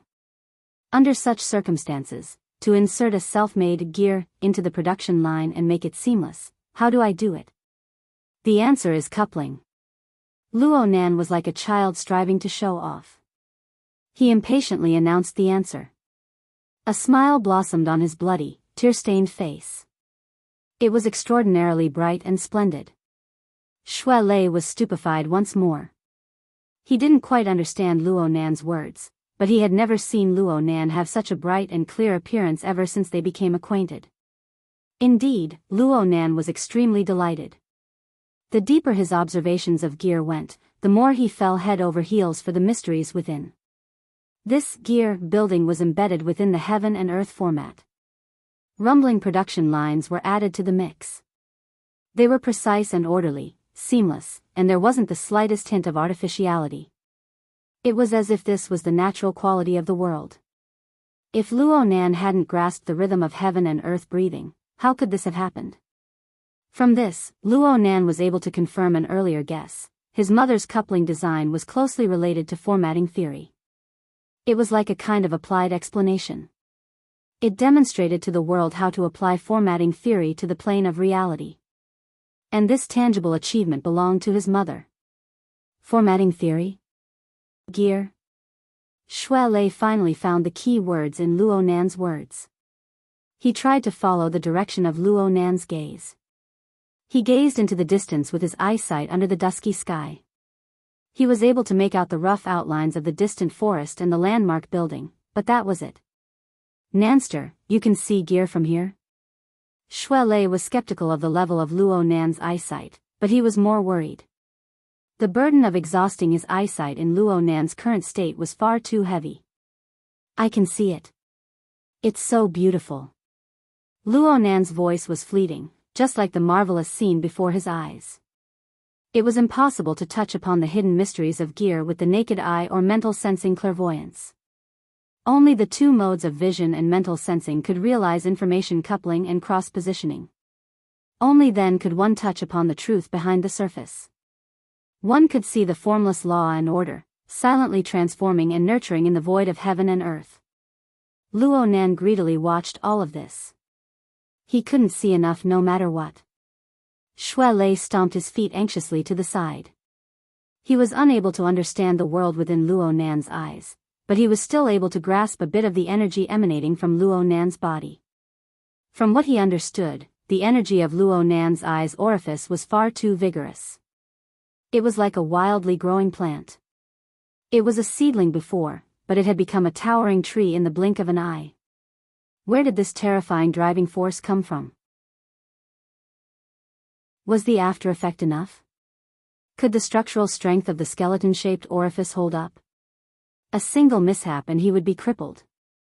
Oh right. Find the gym master. The first person Shui Lei thought of when his life was at stake was still the gym master. But right when he planned to exit the three-way communications and make a call to find the gym master, Luo Nan suddenly took a deep breath. His arm was pressed against the glass of the protective fence. His head was facing down, and his eyelids drooped. He took the initiative to stop his incomprehensible gaze into the distance. He appeared extremely tired. Shui Lei rushed over. Nanster, are you okay? Why don't we take a break first? Luo Nan didn't open his eyes. He just laughed. I might be in a bit of a situation. Huh? A kind of order is like a gear. Two kinds of orders are coupled, and the gears bite together. If there's no precise design to connect them, and the difference in volume between the two is too large, then it will be very troublesome. Shui Lei was stupefied. Zhang Yingying spoke hatefully from the other side. Don't worry about him. He's incurable. Luo Nan understood the different forms of concern and worry from his friends, but it was hard for him to continue explaining the situation with his body. This was because it involved his deep secrets. The coupling relationship formed between the heart lantern of the eye's orifice and mental senses was essentially the contact between Luo Nan's body cultivation and the sizable formatting theory system. They could couple, but friction and collisions were unavoidable. 10 days of cultivation and 60 electric shocks to the heart lantern had clearly revealed the dangerous factors involved. Moreover, the situation had changed once again, and the trend was not good. It was like the thunderclouds high in the sky. Charged particles interweaved. Something was bound to happen. A powerful light suddenly flashed, and the external neuron was like a demon dragon that roared through the wind and thunder. It appeared in the palace of Luo Nan's brain, shaking off a body of electricity to bombard the heart lantern. The 61st time was stronger than any other time. This was a direct collision between the external neuron and the structure of the eye's orifice. Luo Nan had a premonition in his mind, but the intensity of this collision exceeded his expectations. His body suddenly tightened, and his mind became dizzy. He seemed to hear the sound of his eyeballs shattering in his daze. The impact his brain nerves received was transmitted to every part of his body through his tightly interwoven nervous system. His muscles, bones, blood, and fascia all twitched reflexively. Luo Nan curled up his body and crouched down. He reached out his hand to cover his eyes, and tears flowed uncontrollably from his eyes. His eyeballs heated up, and his eyelids twitched wildly. It was extremely uncomfortable. Shui Lei's cry of alarm and Zhang Yingying's panicked shouts entered his ears. The two were in chaos. Luo Nan's thoughts became more and more clear amidst the pain. He could even feel a slight change in the touch of his hand covering his eyes. It wasn't blood mixed with tears. Instead, it was more viscous. The intense and powerful pressure caused greater damage to his body. This is nothing. I know what's going on. Luo Nan calmly comforted himself. The results were very good. There was probably nothing that could shake his heart more than the discovery of the mysteries of gear in a short amount of time. Even though his eyes couldn't see, he still accurately grabbed Shui Lei's outstretched arm and whispered, "I'm fine. Someone's coming from behind." The sound of water surged from the direction of the heavenly ocean lake just as Luo Nan finished speaking. It was mixed with a muffled explosion. An enormous devil ray soared into the sky and landed heavily, raising large waves in the pool. At the same time, a figure leaped up gracefully, jumping onto the frame structure propped up above the side of the pool. The figure wore a black diving suit, revealing the strong and sturdy lines of a human body. His face wore enormous diving goggles, and he had no intention of taking them off. This was one of the members of the investigation team sent by headquarters, Puppeteer. Shui Lei turned around, protecting Luo Nan behind him. His eyes were vigilant. Puppeteer didn't express anything. He relied on his good position to look down from above. His eyes behind the diving goggles continued to size up the two people at the edge of the viewing platform. Especially Luo Nan. Puppeteer was very interested in Luo Nan's painful crouching state. Only a few seconds passed, and two elevators arrived not far from the edge of the heavenly ocean lake. The first to come out was Black Beetle. His sunglasses were thrown away, but his face was still a bit green. His cold and sinister gaze pierced over. He ignored Shui Lei, only landing on Luo Nan's arched back. Shui Lei wasn't the least bit polite to this person. He glared fiercely at Luo Nan, but he was still a bit nervous in his heart. Luo Nan's condition was terrible to the extreme. Not only did Black Beetle have to split his attention to protect Luo Nan, but he also had to defend against attacks from two sides at the same time. Oh right, there was still an elevator. Could it be the enemy's backup? The metal door of the other elevator opened just as Shui Lei was having a headache. Shui Lei was stupefied for a moment, but he managed to correct the direction of his understanding with great difficulty. Senior Sister Tian? The person who walked out of the elevator was none other than Tian Si. This dainty and beautiful senior sister had a deathly pale complexion. Her steps were stiff, and her upper body was in a strange posture. She crossed her hands and clutched her neck. Her strength was quite heavy, and her fingers had already sunk deep into her delicate skin. The enormous pressure caused her mouth to open slightly, and her vermilion lips to tremble. This scene was bizarre and absurd. Due to the existence of self-protection mechanisms, it was impossible for normal people to use this sort of method to strangle themselves to death. However, this was not necessarily the case in a situation where one was under the control of extraordinary power. Shui Lei gnashed his teeth as he watched. You bunch of people. You guys are members of the society. No one paid attention to him. Puppeteer spoke from above the pool, but he was pointing at Tian Si. His tone was gentle and without any distinguishing features. It was as if he was chatting normally. We've met again after a short separation, beautiful. Do you want to say something? Tian Si's lips trembled. Shui Lei's eyes and ears were sharp, but he could still hear her teeth chattering. She could be considered strong if she didn't have a mental breakdown after such a bizarre and savage method fell on her body. With great difficulty, Tian Si managed to squeeze out a few trembling words from her throat. I've been taking the stairs all this time. Everyone on the viewing platform was stupefied. Only Luo Nan, who had fallen to one knee amidst the pain, laughed in spite of himself, though his laughter was a bit shaky. He didn't turn his head. He just raised an arm. It's my fault.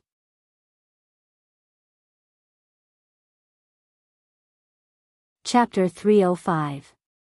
On the entire viewing platform, only Luo Nan was able to understand the feeling of grievance in Tian Si's words. She really did follow Luo Nan's instructions. She walked down the stairs of the fire escape. No matter how tired she was, she didn't ask for help from the elevator. She stayed far away from the central crystal pillar, but she was still unable to escape Puppeteer's demonic claws. She was controlled and taken hostage. Of course, the grievance was secondary. Tian-Si felt more fear. She was an intelligent person. She guessed that the current momentum of victory and defeat between the two sides from the choices made by Puppeteer and Black Beetle should have been reversed. Otherwise, there would be no meaning in her being a hostage. Her value to the kidnappers was to threaten Luonan. But what value did she have to Luonan? Why would he give up the great situation of reversing the hopeless situation and take the risk to rescue her? This situation nearly made Tian-Si fall into despair. However, she could only place her hopes on Luonan. She was all the more afraid that Luonan would turn a blind eye because of the inconvenience. So her expression of grievance came from her heart, but it was more or less a deliberate expression. She only hoped that she could arouse a bit of Luonan's understanding and sympathy, so that she could redeem a bit more of a chance at survival. Luonan's raised arm gave Tian-Si a bit of comfort. However, her reaction couldn't satisfy others. Puppeteer sighed in the air above Heavenly Ocean Lake. He slid his body to the middle of the pool's edge along the frame structure above the pool. He crooked his finger at Tian-Si. Tian-Si's feet involuntarily leaned towards the swimming pool. When she got closer, her left thumb pressed against her lower jaw. She violently turned her face around and lifted it up slightly, forcing her to look up at the master who currently controlled her life. Come. Let's work together. Puppeteer crouched down. He even lowered a hand to indicate to Tian-Si. His diving goggles covered half of his face. His mouth cracked open, revealing his snow-white teeth in a smile. The shape of Puppeteer's face wasn't bad. He had the flavor of a sunny man, but Tian-Si was completely drowned in fear under this smile. She could only watch helplessly. She was like a marionette. Her entire body was under the control of someone else. She extended a hand upward, connecting it with Puppeteer's palm. Then, she was pulled up. Under the rough movements, she felt that her arm was about to be dislocated.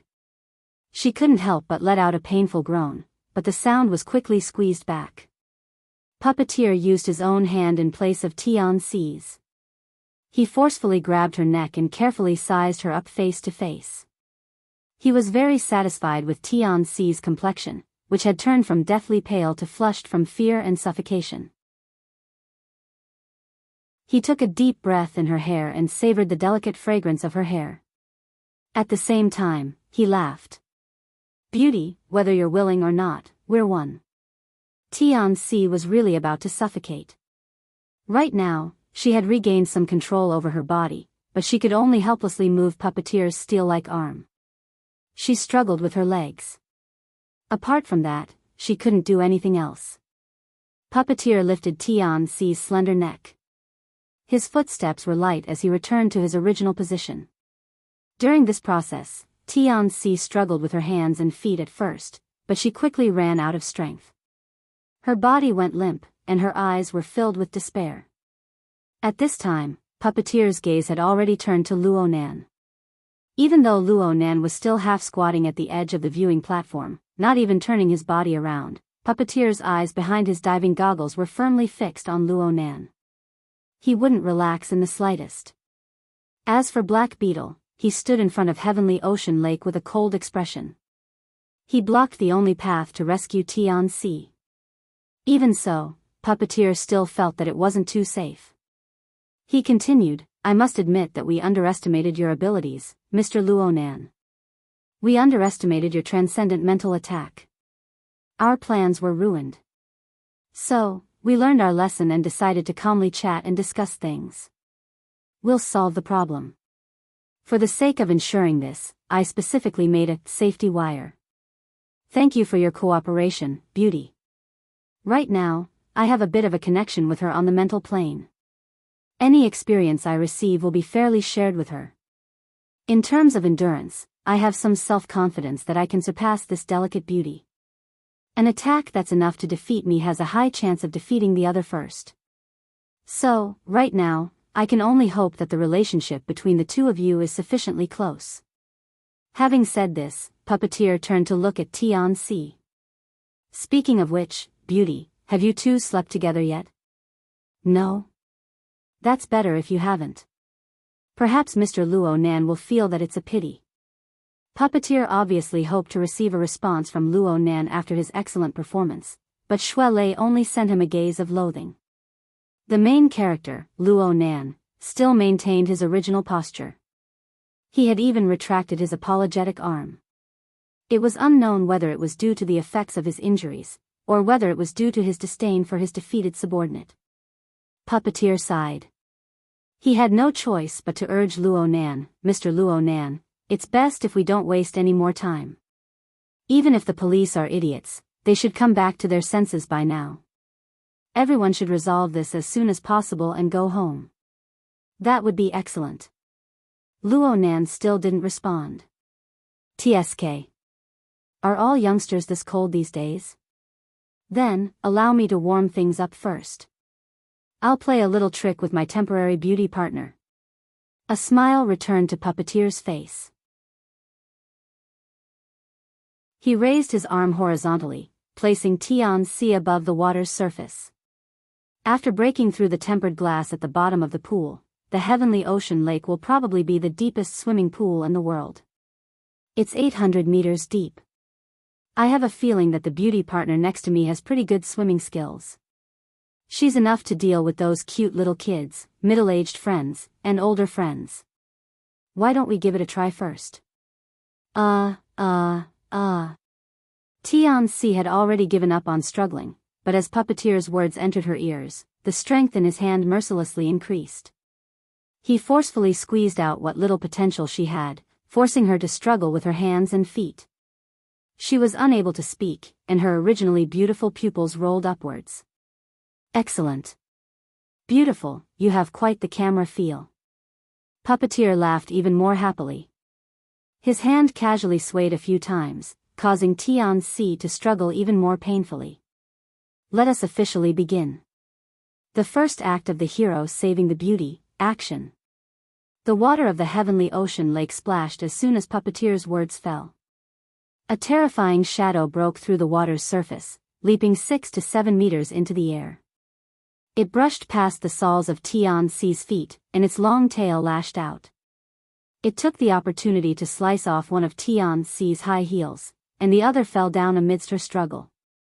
Shoes, huh? My other partner is quite protective of the fairer sex. However, I'll tell it that the next step is your delicate little feet. Do you want them to be symmetrical? The ice-cold water vapor and the scorching killing intent assaulted her at the same time.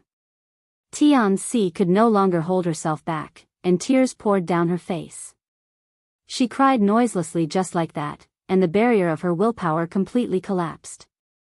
At the edge of the viewing platform, Luo Nan's eyes were still closed, but his eyelids trembled twice. He exerted strength with great difficulty to support himself against the protective glass. He slowly stood up, turned around, and faced the two fiends head-on, but he still didn't open his mouth. Black Beetle turned his head and locked gazes with Puppeteer when he saw Luo Nan's situation. Both of them thought of the word backlash in their minds. Black Beetle then chuckled, "You're also trash as a director. Are we still in the era of silent films? You're just doing voiceovers. Where's the dubbing?" Puppeteer didn't mind. He gave a light praise, "Good idea." Puppeteer loosened his grip a bit as soon as he finished speaking, allowing Tian-Si's sobs to pass through her airway with great difficulty. They squeezed out strands by strands. Tian-Si's oppressive breath of despair pierced through the sound of the heavenly ocean lake's water. It entered Xue Lei's ears intermittently, causing his teeth to creak.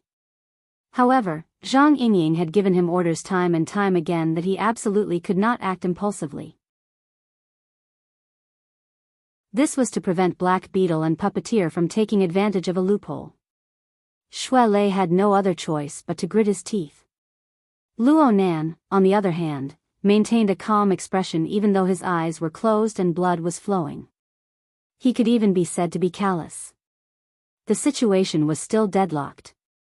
Puppeteer had a big headache when faced with this master who wouldn't be moved by force or persuasion. In the end, time stood on the opposing side in Xia City. Puppeteer could only confront Luo Nan while using his own channels to contact him and ask for advice. A few seconds later, he snapped his fingers. How about this? Let's change methods. Beauty, beauty, don't cry. Let me ask you something. This callous boy in front of us, were you on a date just now? Now he's crying, his eyes blind. Why? Can you tell me? Tianxi's willpower had collapsed. She thought she was dead. How could she respond? Puppeteer shook his head. How about this? For the sake of fairness, I'll tell you a secret first. Our other partner. As he spoke, the mutant devil ray broke through the surface of the water once more. It leaped into the air, but it didn't fall according to the laws of physics. Instead, it resisted gravity and floated beneath the dome, circling around Tianxi's body. Our partner can actually fly. This way, he can use his large mouth to meticulously grind away the skin and flesh of your little foot bit by bit. He can slowly chomp down. It's better for digestion. So, let's work together a bit more. As he spoke, the devil ray's long tail of electricity had already wrapped around Tianxi's calf. It hooked onto her stockings a bit, coiled up, and gradually tightened. Tianxi felt the sensation of a snake coiling around her calf. There was even the numbing power of electricity. Her entire body trembled, and the gurgling sound of her throat mixed with her hoarse sobs. She just wanted to faint.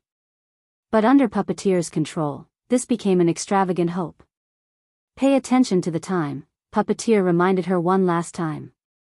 Tianxi's thoughts were in complete chaos. Fear ruled over everything.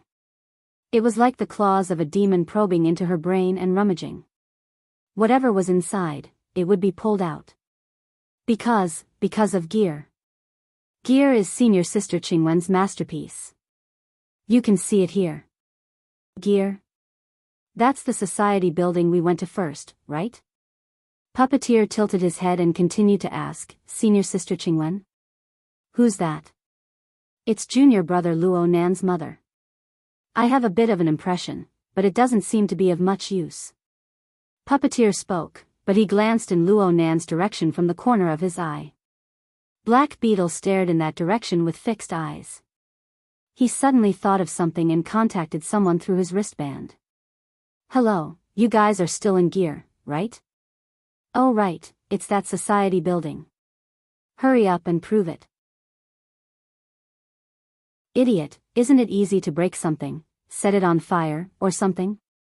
As he spoke, he raised his arm horizontally and turned on the speaker function. He turned the volume to the maximum.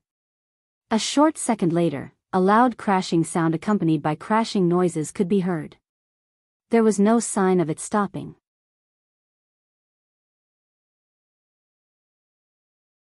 Chapter 306. Black Beetle knew that Luo Nan's current injuries were mostly due to the backlash of the secret technique. It had little to do with their methods. But this didn't affect Black Beetle's good mood. He climbed back onto the viewing platform, and his taut face relaxed for the first time. He hissed and laughed at his wristband. Snake tongue. Beautiful snake tongue. I love you to death. Keep going. Keep going. Smash something that looks more memorable. A hoarse male voice came through the wristband's external speaker.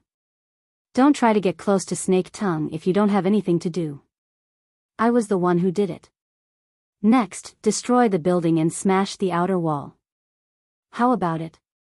Tank, I love you too. Black Beetle was overly excited. His mouth was extremely greasy, and he smacked Luo Nan with the side of his face. He didn't conceal his delight in the slightest. Oh, I'm sorry.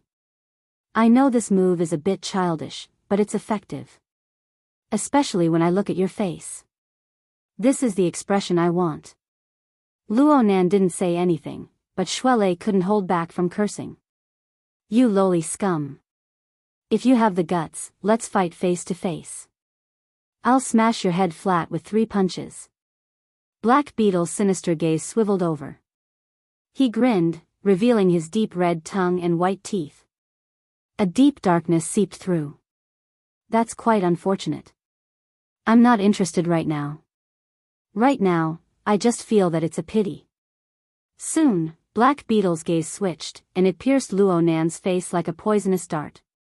It's a pity that the Hexier malfunctioned today. Otherwise, we could do a live broadcast and see Tank's ability to demolish houses. Oh, I forgot. The wristband works too. Cloud City Water Village's network is quite stable.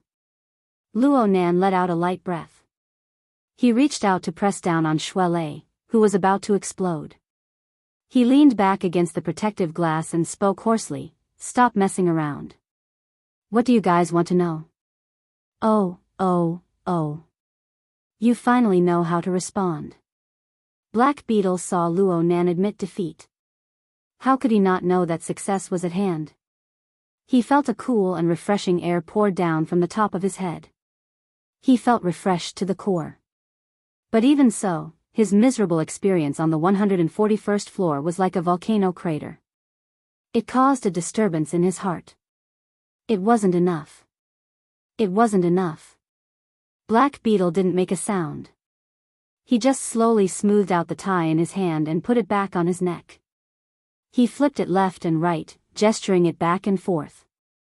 During this time, the muffled sound of someone smashing the wall could be heard from the loudspeaker on the wristband. Even though Luo Nan was holding him down, Shuelei was still hopping mad. You son of a bitch.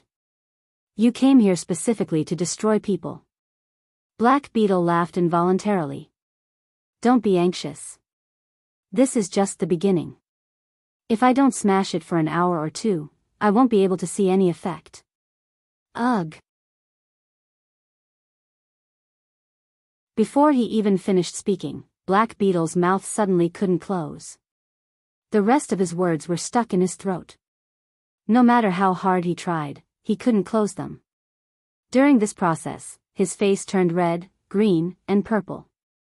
It was as if an invisible hand of a demon had covered his mouth and nose, isolating him from the outside world. A feeling of suffocation engulfed his entire body. After that, he felt the pain of needles piercing into his brain.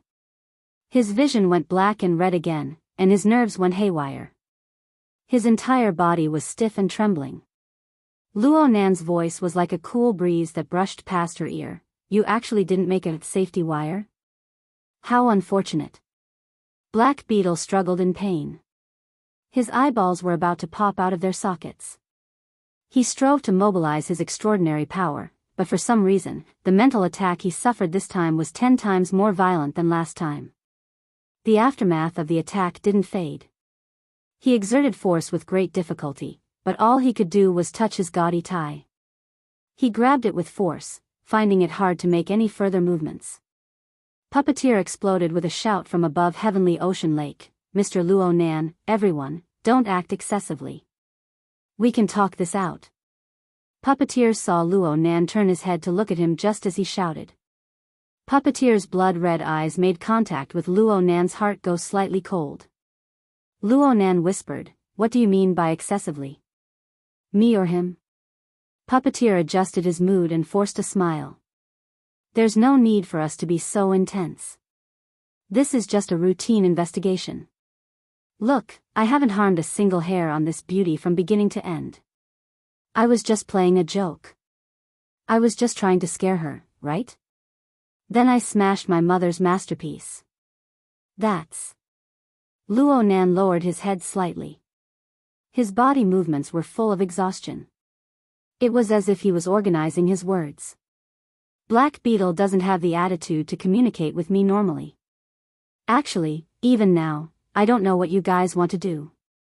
There's only fighting and killing, humiliation, and damage. Puppeteer cursed in his mind. He cursed Luo Nan, and he cursed Black Beetle. Black Beetle had seen the series of conflicts from start to finish. Luo Nan's claim that he didn't know was certainly nonsense. However, it was an indisputable fact that Black Beetle prioritized revenge over obtaining information. In fact, Puppeteer himself rather admired Black Beetle's behavior. On this point, the two of them had a common language. When all was said and done, they didn't take Luo Nan seriously in the beginning. They just wanted to deal with a half-crippled half-grown child once they finished their defenses. Black Beetle's actions were excessively unbridled. Evil karma begets evil karma. In the end, Black Beetle had to swallow the karma. Puppeteer was stronger than Black Beetle in one aspect. He was more nimble. Puppeteer knew that he needed to change his methods. He discussed things with the people behind him, and he revealed a sunny smile. Mr. Luo Nan, we are both members of the society. I believe that we can carry out a calm and peaceful exchange. I've already told them to stop over at Gear. If the exchange goes smoothly, not only will they withdraw at first notice, but they will also send the best engineering team to restore all the damage done. They will also pay $1 million in compensation. Are you satisfied with this sincerity? Luo Nan didn't respond, but he didn't refuse. Puppeteer felt that the change in trajectory was a success. His smile grew more and more brilliant. Mr. Luo Nan, both sides are expressing sincerity. Look at Black Beetle. The corner of Luo Nan's lips twitched. Is he affecting our exchange? Puppeteer was a bit startled, but the smile on his face remained the same. No, he's not affected. Ho! Ho! It was true that Black Beetle's entire body was stiff, but his mind was still clear. His eyes and ears were still useful. Puppeteer's words all fell into his ears. This nearly caused his heart to explode. He exerted all the strength in his body to twist his body, but he lost his sense of balance under the mental attack. He didn't twist his body. Instead, he fell down, his face smashing heavily into the ground. Since Puppeteer had made up his mind, he didn't even spare a glance in that direction. He just muttered to himself, wondering if the safety wire in his hand was truly effective. Luo Nan spoke at this time. Speak. What do you guys want to know? Puppeteer composed himself and calculated the time. He smiled and tossed out a series of words. On the night of October 7th, the Society's Xia City branch clashed with the Order of Justice at Frost River Reality on Fudong Main Street in the city center. Branch President Ouyang Chen intervened in the later stages of the conflict. He erected the so-called logic world. From that point on, many things are unclear. This is disadvantageous to headquarters in restoring the truth of the matter and upholding justice for everyone. Luo Nan also laughed. You guys should go ask President Ouyang. 1 for personal gain, 2 for public gain. One-sided testimonies are very hard to accept. We learned through special channels that Mr. Luo Nan, by chance, entered the logic world through an out-of-body state. You are an extremely important witness. So we want to ask. What special channels? Luo Nan was very curious. Puppeteer's face finally turned cold. Mr. Luo Nan, no matter how you say it, this is an investigation by headquarters. I hope that everyone can correct their attitudes. Don't create any side issues and don't want to see consequences to appear. Luo Nan nodded. He no longer interrupted. Ask. Puppeteer stared at Luo Nan's face and spoke in a deep voice. We want to know what you saw in the logic world. Narrow down the scope a bit. What did Ouyang Chen do? What did Wang of the Order of Justice do? Why did he do this? Then he disappeared without a trace. Where did he go? There are many things that I don't know. Tell us everything you know. This will take a long time. Mr. Luo Nan. Puppeteer took a deep breath. His fingers exerted more pressure on Tianxi's slender neck, using her painful struggle to express his mood. Since we all know that this will take a long time, why not be a bit more nimble? Actually, Shuelei was itching to give it a try at this time, but he was stopped once more. Luo Nan leaned against the protective glass and muttered to himself for a moment. He said, if you want to know Wang's actions back then, you must understand what the logic world created by President Ouyang is. Puppeteer raised his voice. Mr. Luo, our time is precious. Before Puppeteer's voice could fall, an order came from behind. Let him continue. This information is very valuable. Puppeteer's face twitched, and he instantly switched to a smile. So, please be concise and comprehensive. Luo Nan ignored the change in Puppeteer's expression. He just minded his own business and spoke several seconds later. If you view the mental plane as countless layers of fluttering cloth. Puppeteer cursed inwardly, F***ck. He had no choice but to interrupt Luo Nan once more. The world recognizes that the mental plane is divided into 3 zones, 1 region, and 1 domain. Where did your countless layers come from? Luo Nan did not speak. He raised his eyelids, and his blood-red eyes faced Puppeteer. Perhaps he could not see clearly, but he maintained this posture until Puppeteer felt that he was an incurable idiot. Puppeteer's eyelids twitched. Mr. Luo? Luo Nan had kept his eyes open for too long. His eyes burned with pain, so he simply closed his eyes and adjusted his breathing. 5 or 6 seconds passed before he said, through the formatting theory created by my grandfather, I observe the mental world. It's just like that. Do you need me to explain what formatting theory is?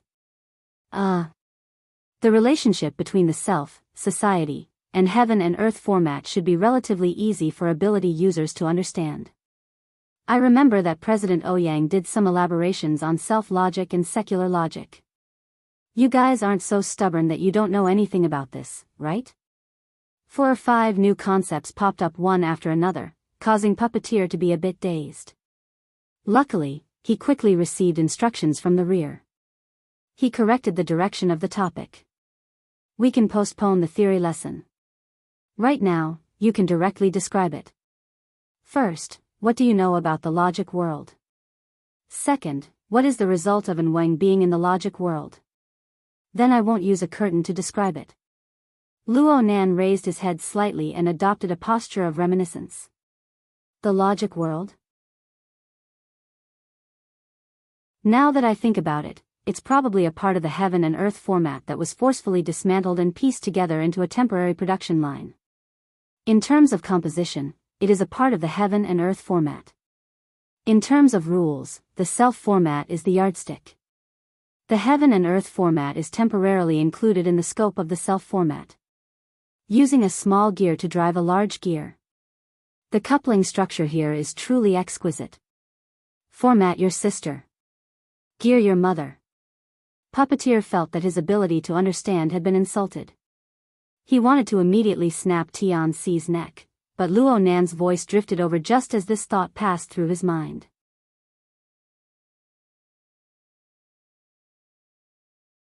Chapter 307. The mutant devil ray circled back and forth in the heavenly ocean lake. Its developed wing-like pectoral fins stirred up wave after wave in the lake. It looked a bit impatient, just like Puppeteer's current mood. The smile on his face was still there, but most of his muscles were stiff. At this time, a low and cold voice entered his ears from behind, but he did not know where it came from. Could it be that you really hope to dig out something right now and obtain a great merit? There really is a problem with your comprehension ability. Puppeteer's face turned hot, and he wanted to curse in his heart. But just as he thought this, the voice from behind seemed to see through his internal organs. Instead of cursing silently, it's better to think of a way to continue attracting the opponent's attention. Move your mouth. Puppeteer secretly clenched his teeth, but he had just been reprimanded. There was still support behind it, so his heart was able to twist a bit. He slightly moved the muscles on his face and did his best to reply calmly. Mr. Luo Nan can continue. As he spoke, Puppeteer confirmed the time once more. He also confirmed that the recording was on. He made up his mind. No matter what Luo Nan said, he would just let Luo Nan speak. He would just ignore it and go back to analyze it in detail. Formatting theory, right? What grandfather and grandmother? When I get back, I'll make you reveal the color of your entire family's underwear. Luo Nan seemed to truly believe Puppeteer's words. His eyes remained closed, and he spoke expressionlessly, then I'll continue speaking. I just finished talking about the logic world. Next, I can describe Wang's situation. Finish my ass. Puppeteer's gaze looked down behind the enormous diving goggles. He did his utmost to filter out all information related to Luo Nan, but even so, Luo Nan's voice still penetrated through. It was simply like the whispers of a devil, stirring up Puppeteer's emotions layer by layer. I'm not clear on what Wang is doing. I can only say what I observe and understand. You must know that the levels of the heaven and earth format are extremely rich. The interference between the material plane and the mental plane can form countless kinds of order frames. Oh, you definitely don't understand this part. Fuck. The devil ray echoed Puppeteer's emotions. Within the heavenly ocean lake, the devil ray forcefully flapped its pectoral fins and wings once more, creating a rumbling explosion. Water sprayed everywhere, drenching most of Tianxi's skirt and stockings. However, she was already completely unresponsive. Puppeteer wanted to kill. Right now, he was incomparably convinced that Luo Nan had done this on purpose.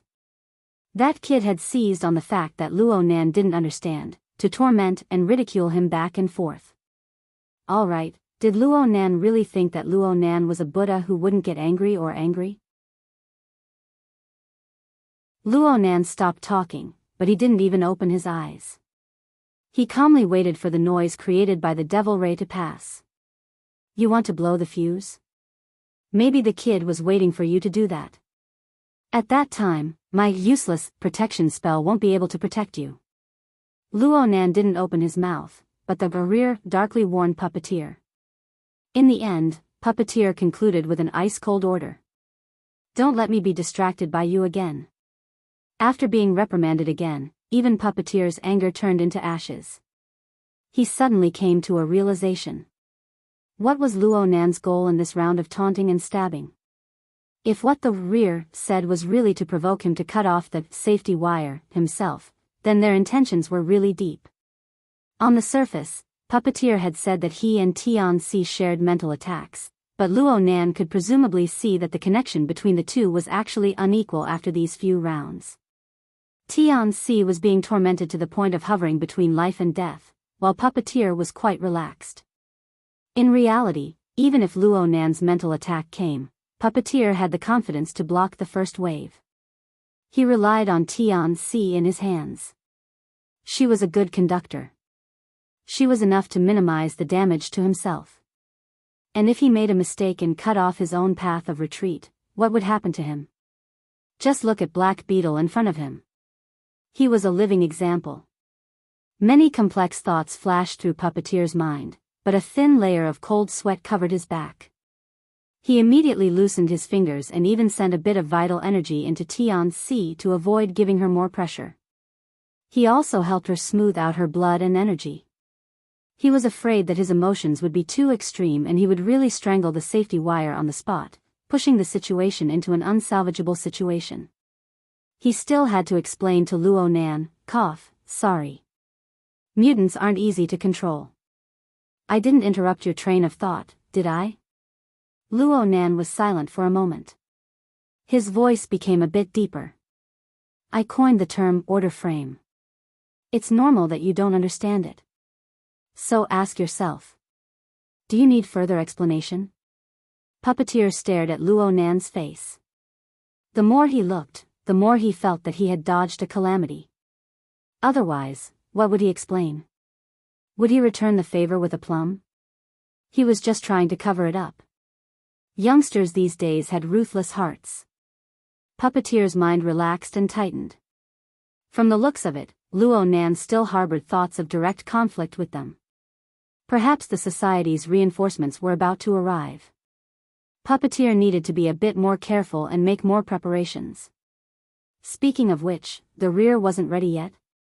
In any case, Puppeteer adjusted his mentality. He accepted his fate.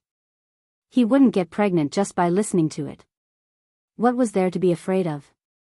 He put on his signature sunny smile. Of course, it's best if you can explain. I want it. Why wouldn't I want it? Luo Nan felt extremely exhausted after going through so many things. He let out a breath and gasped for a bit before continuing. I came up with this term. The source was the inspiration provided by Child. Child? Puppeteer adjusted his mentality. His utilitarian heart gradually faded, and his mind became much more nimble. He raised an eyebrow upon hearing Luo Nan's words.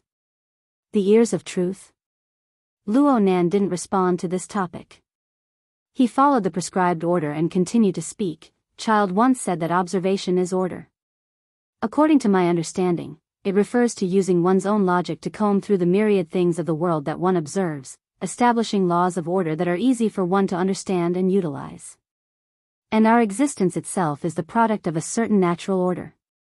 Here, the order of the subjective and the objective, the order of the mental and the material, interferes. It is like two gears biting together. If the coupling structure is relatively stable and the operation is effective, then it is a gear set with relatively independent functions.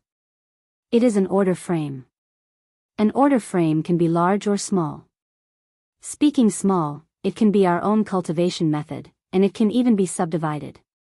Speaking large, the myriad things of the world can be included within it.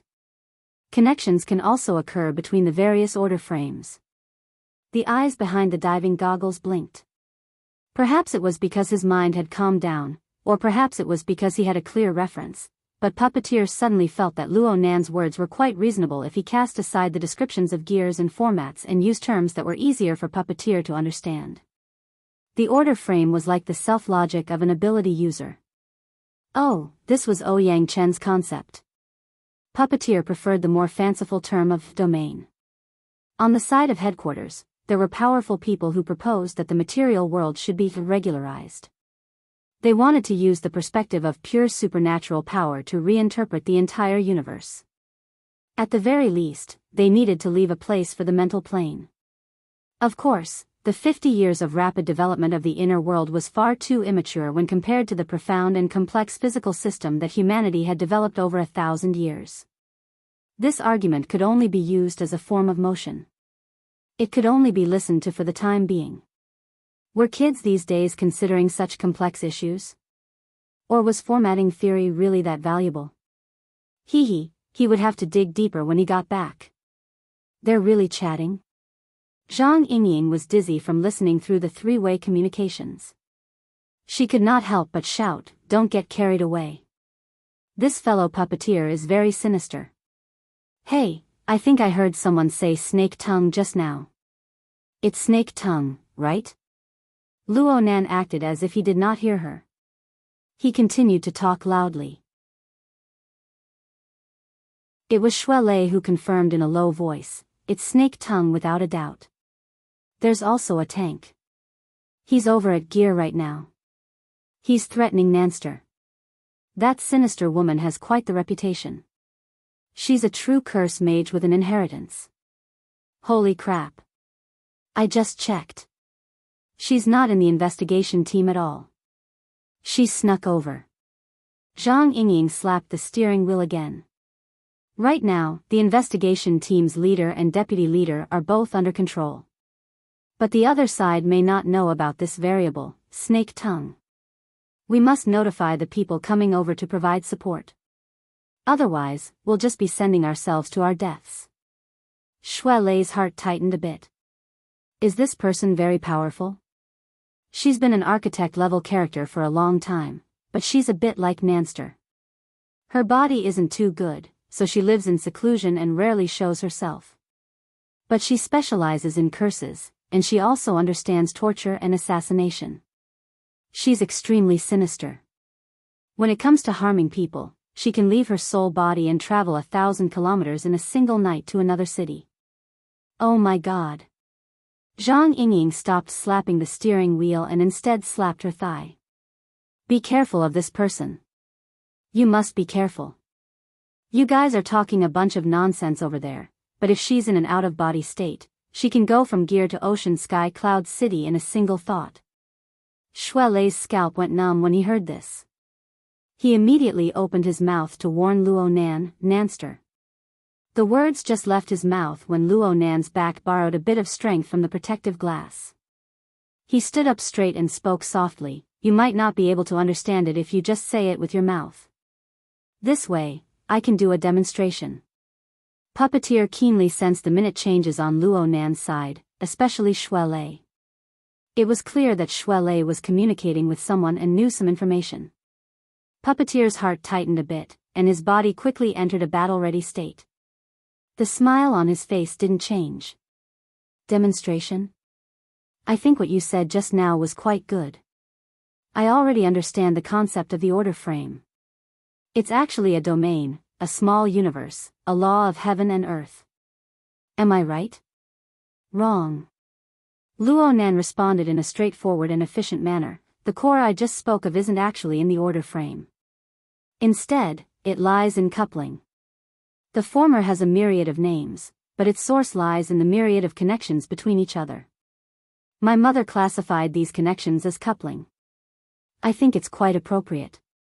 In the end, Puppeteer's blood-red eyes opened into a slit. Deep darkness and stillness were mixed within the blood-red color. His gaze fell upon the fallen figure in front of the heavenly ocean lake. The one who's playing dead is a very typical example. Many black beetles, who had not moved at all, felt their bodies jolt. Their scalps went numb. They felt Shuele, who was in front of them, and Puppeteer, who was behind them. Their gazes were like knives as they sliced over.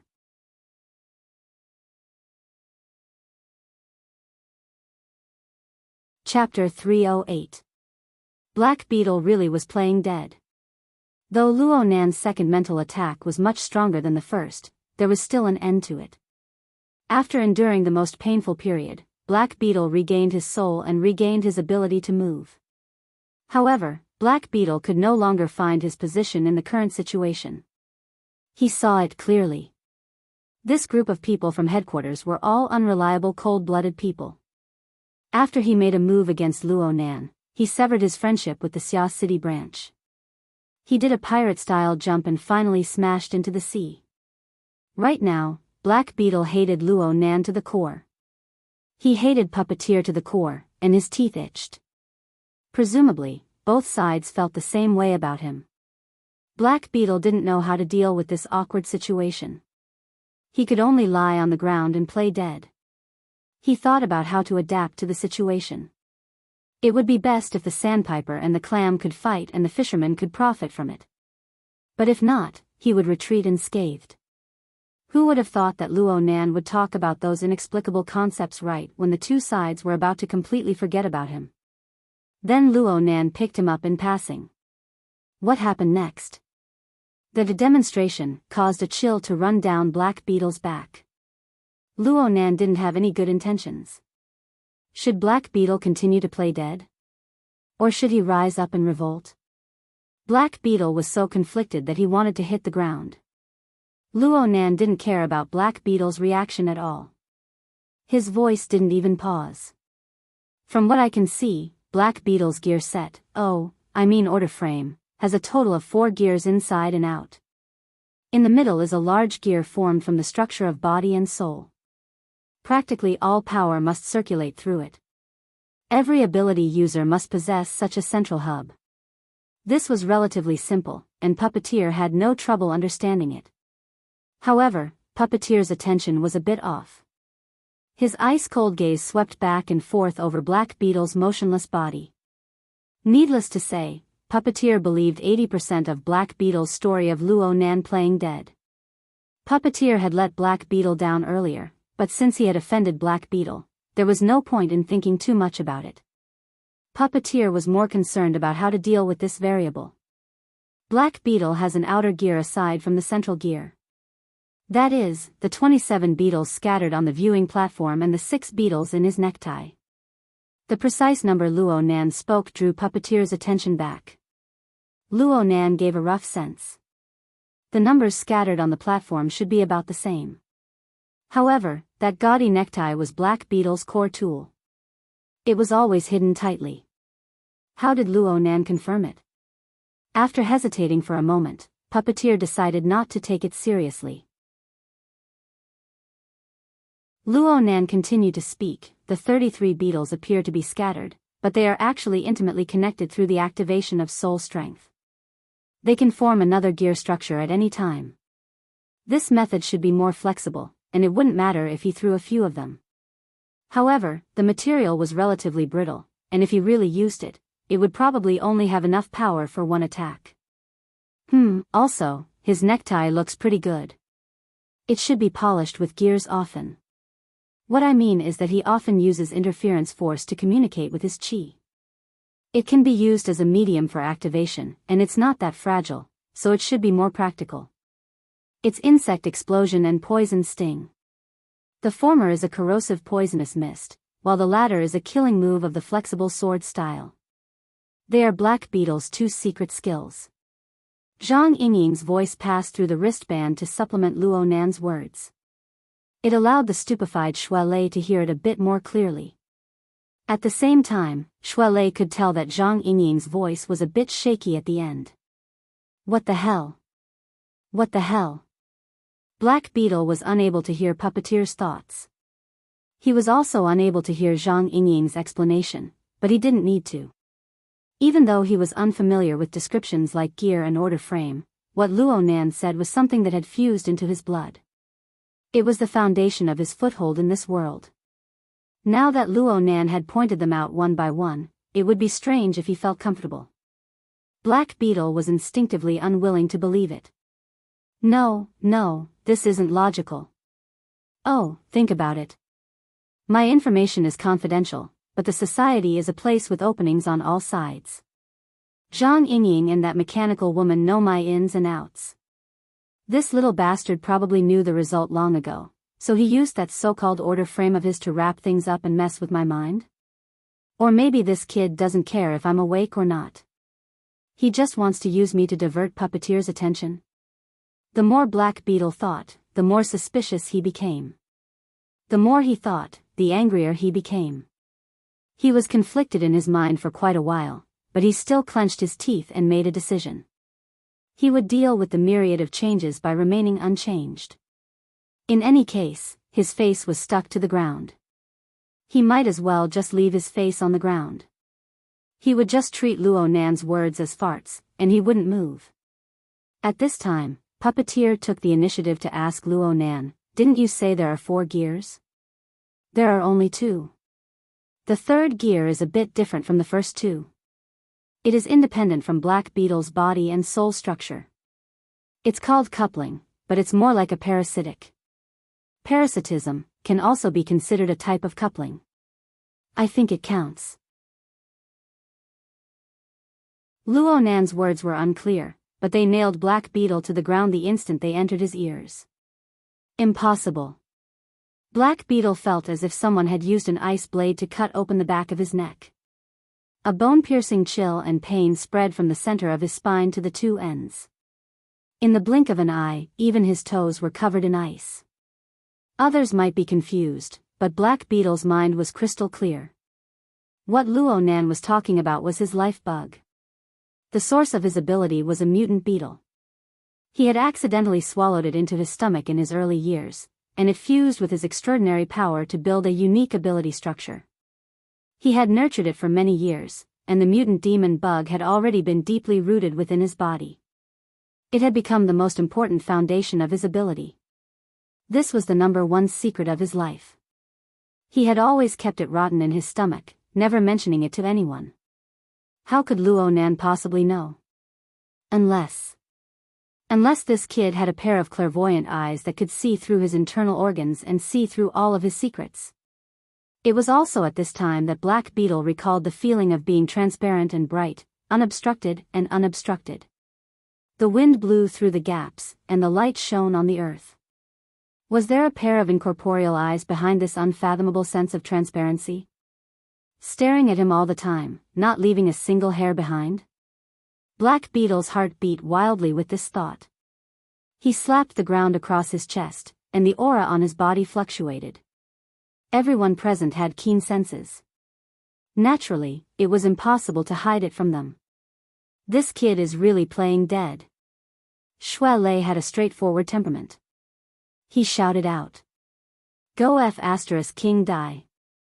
Even though Black Beetle's face was pressed against the ice-cold ground, it was as if a fire had been ignited at this moment. An explosion rang in Black Beetle's mind, and a buzzing noise similar to tinnitus poured into his mind.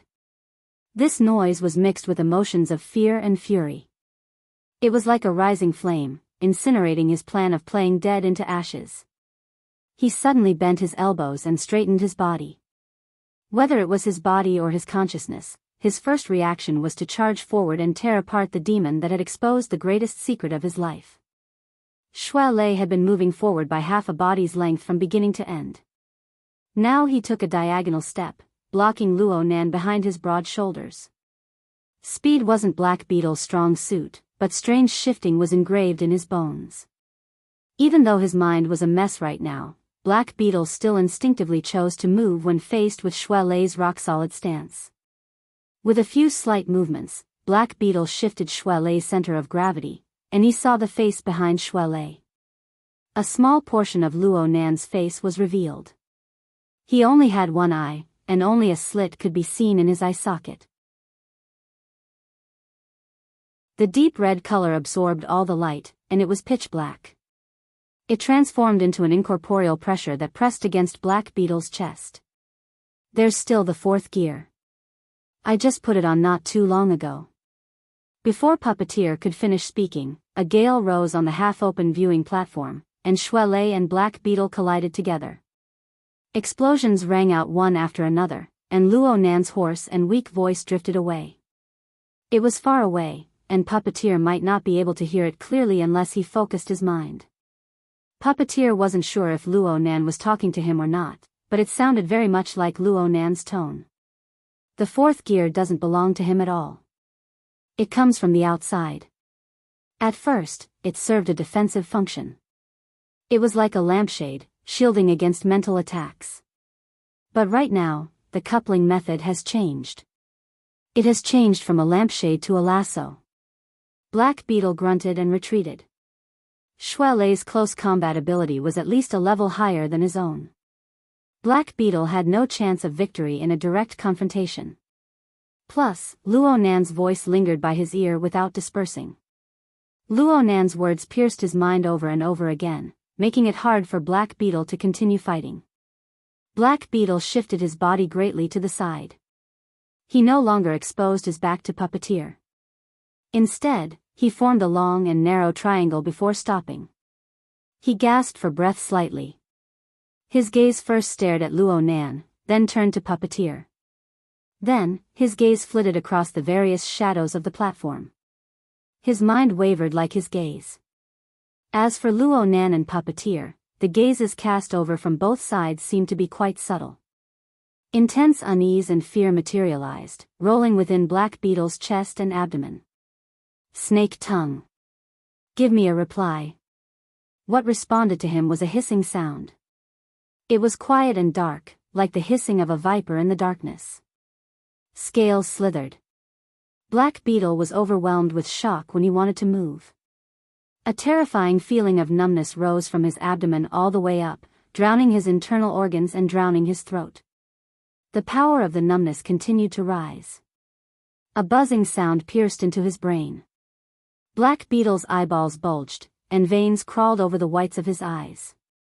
His eyes were filled with fear and despair. This was his life bug. He had always carefully kept it within his abdomen, keeping it separate from his internal organs. But now, the demon bug had gone out of control. The mutant demon bug's terrifying instincts awoke under the influence of the strange hissing sound. It bit its way through Black Beetle's intestines, stomach, chest, throat, and all the way to the brain. Black Beetle wanted to struggle, but his opponent didn't give him any chance. As the feeling of numbness and the buzzing sound of the bug entered his brain, his consciousness darkened. His spiritual light was lost forever.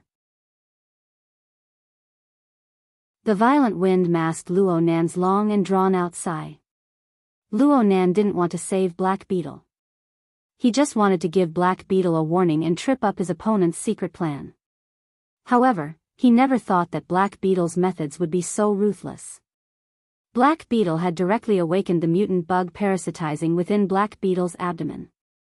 The roles of host and guest were reversed. Black Beetle died rigidly in the wind. He was thoroughly dead. Right now, his body only existed as the exoskeleton of the mutant demon bug. He was tossed about at will. Shui Lei wasn't too sure.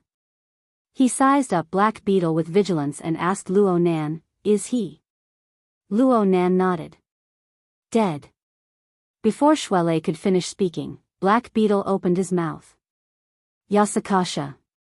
Black Beetle wiggled his lips, tongue, and throat. The range was very clear, but his voice was vague and hoarse. When he used too much strength, a green spike even protruded from his mouth. It even swayed left and right.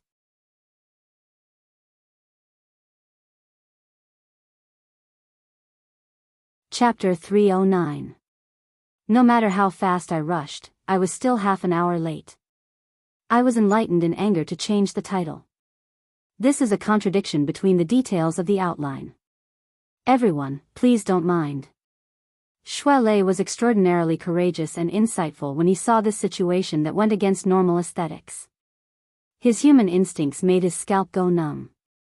He couldn't help but shiver. What kind of monster is this?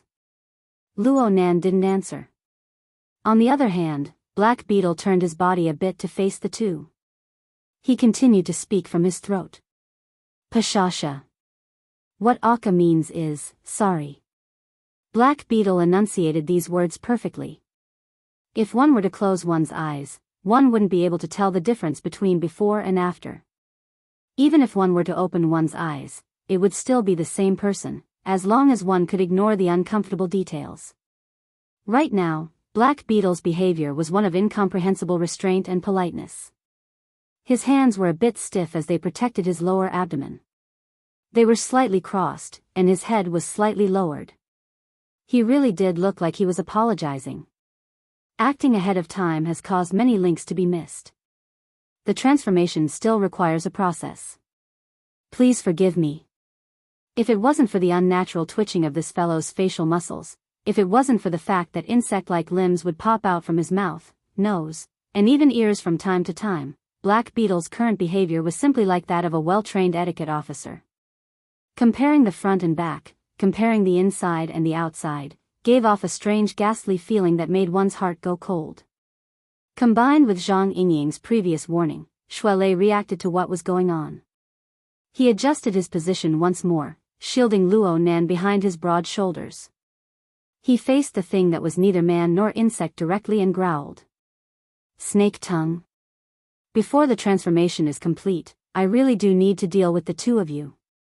However, personally speaking, I hope to engage in a few beneficial exchanges with Lord Luo during this short period of time. The one before him was Black Beetle on the outside, a mutated demon insect on the inside, and a bizarre existence whose will belong to Snake Tongue. It spoke in a seemingly courteous and frank manner. At the same time, its stiff body leaned forward slightly. It was as if it had adapted to the pronunciation. It quickly became smooth and made a deep bow.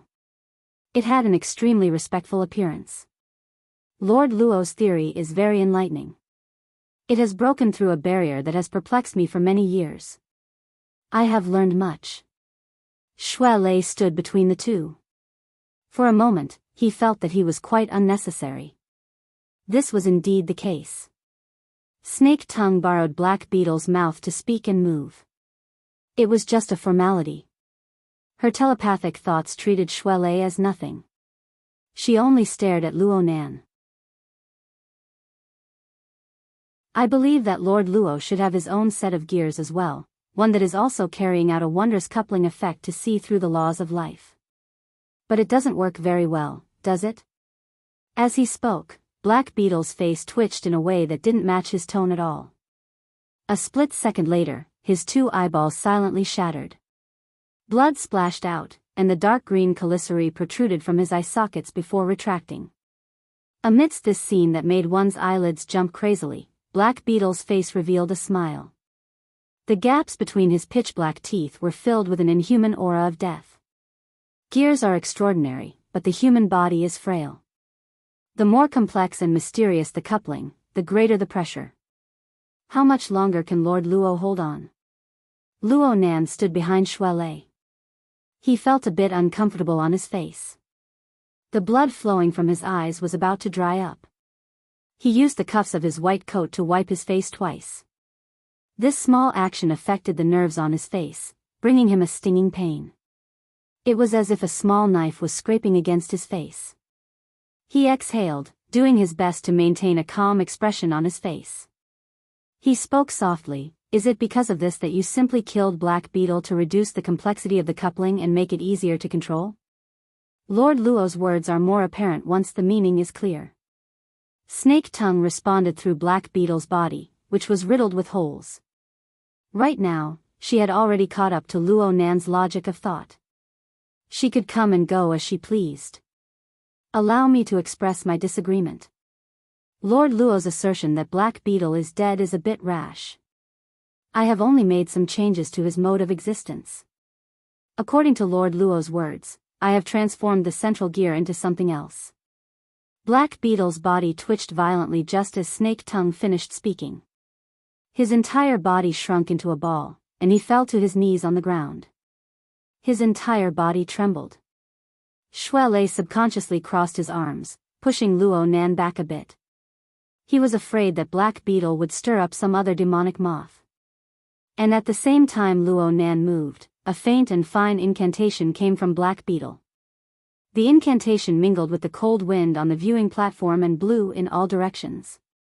Shui Lei didn't know if it was an illusion, but he felt that the wind on the platform had weakened. It was a thread too late. A series of soft explosions rang out from every region of the viewing platform. Shui Lei's ears trembled slightly. His gaze spun around, accurately capturing every point of explosion. He saw light green mist rise and fill the air in those places, 27 of them. They should be bugs controlled by Black Beetle. They all exploded. It's a bug explosion. Be careful of the nerve poison inside. It's very corrosive if it's stimulated through special techniques. Zhang Yingying had already learned of Snake Tongue's arrival from her wristband. She grew more and more restless, but she had to feign calmness for the sake of not letting these two rookies panic. She endured with great difficulty. Shui Lei's eyelids twitched wildly.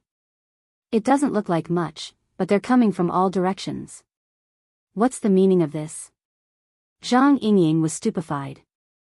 Coming together? Luo Nan interjected, Snake Tongue is currently controlling the airflow on the platform. Leicester, can you still climb the building while carrying me? No problem.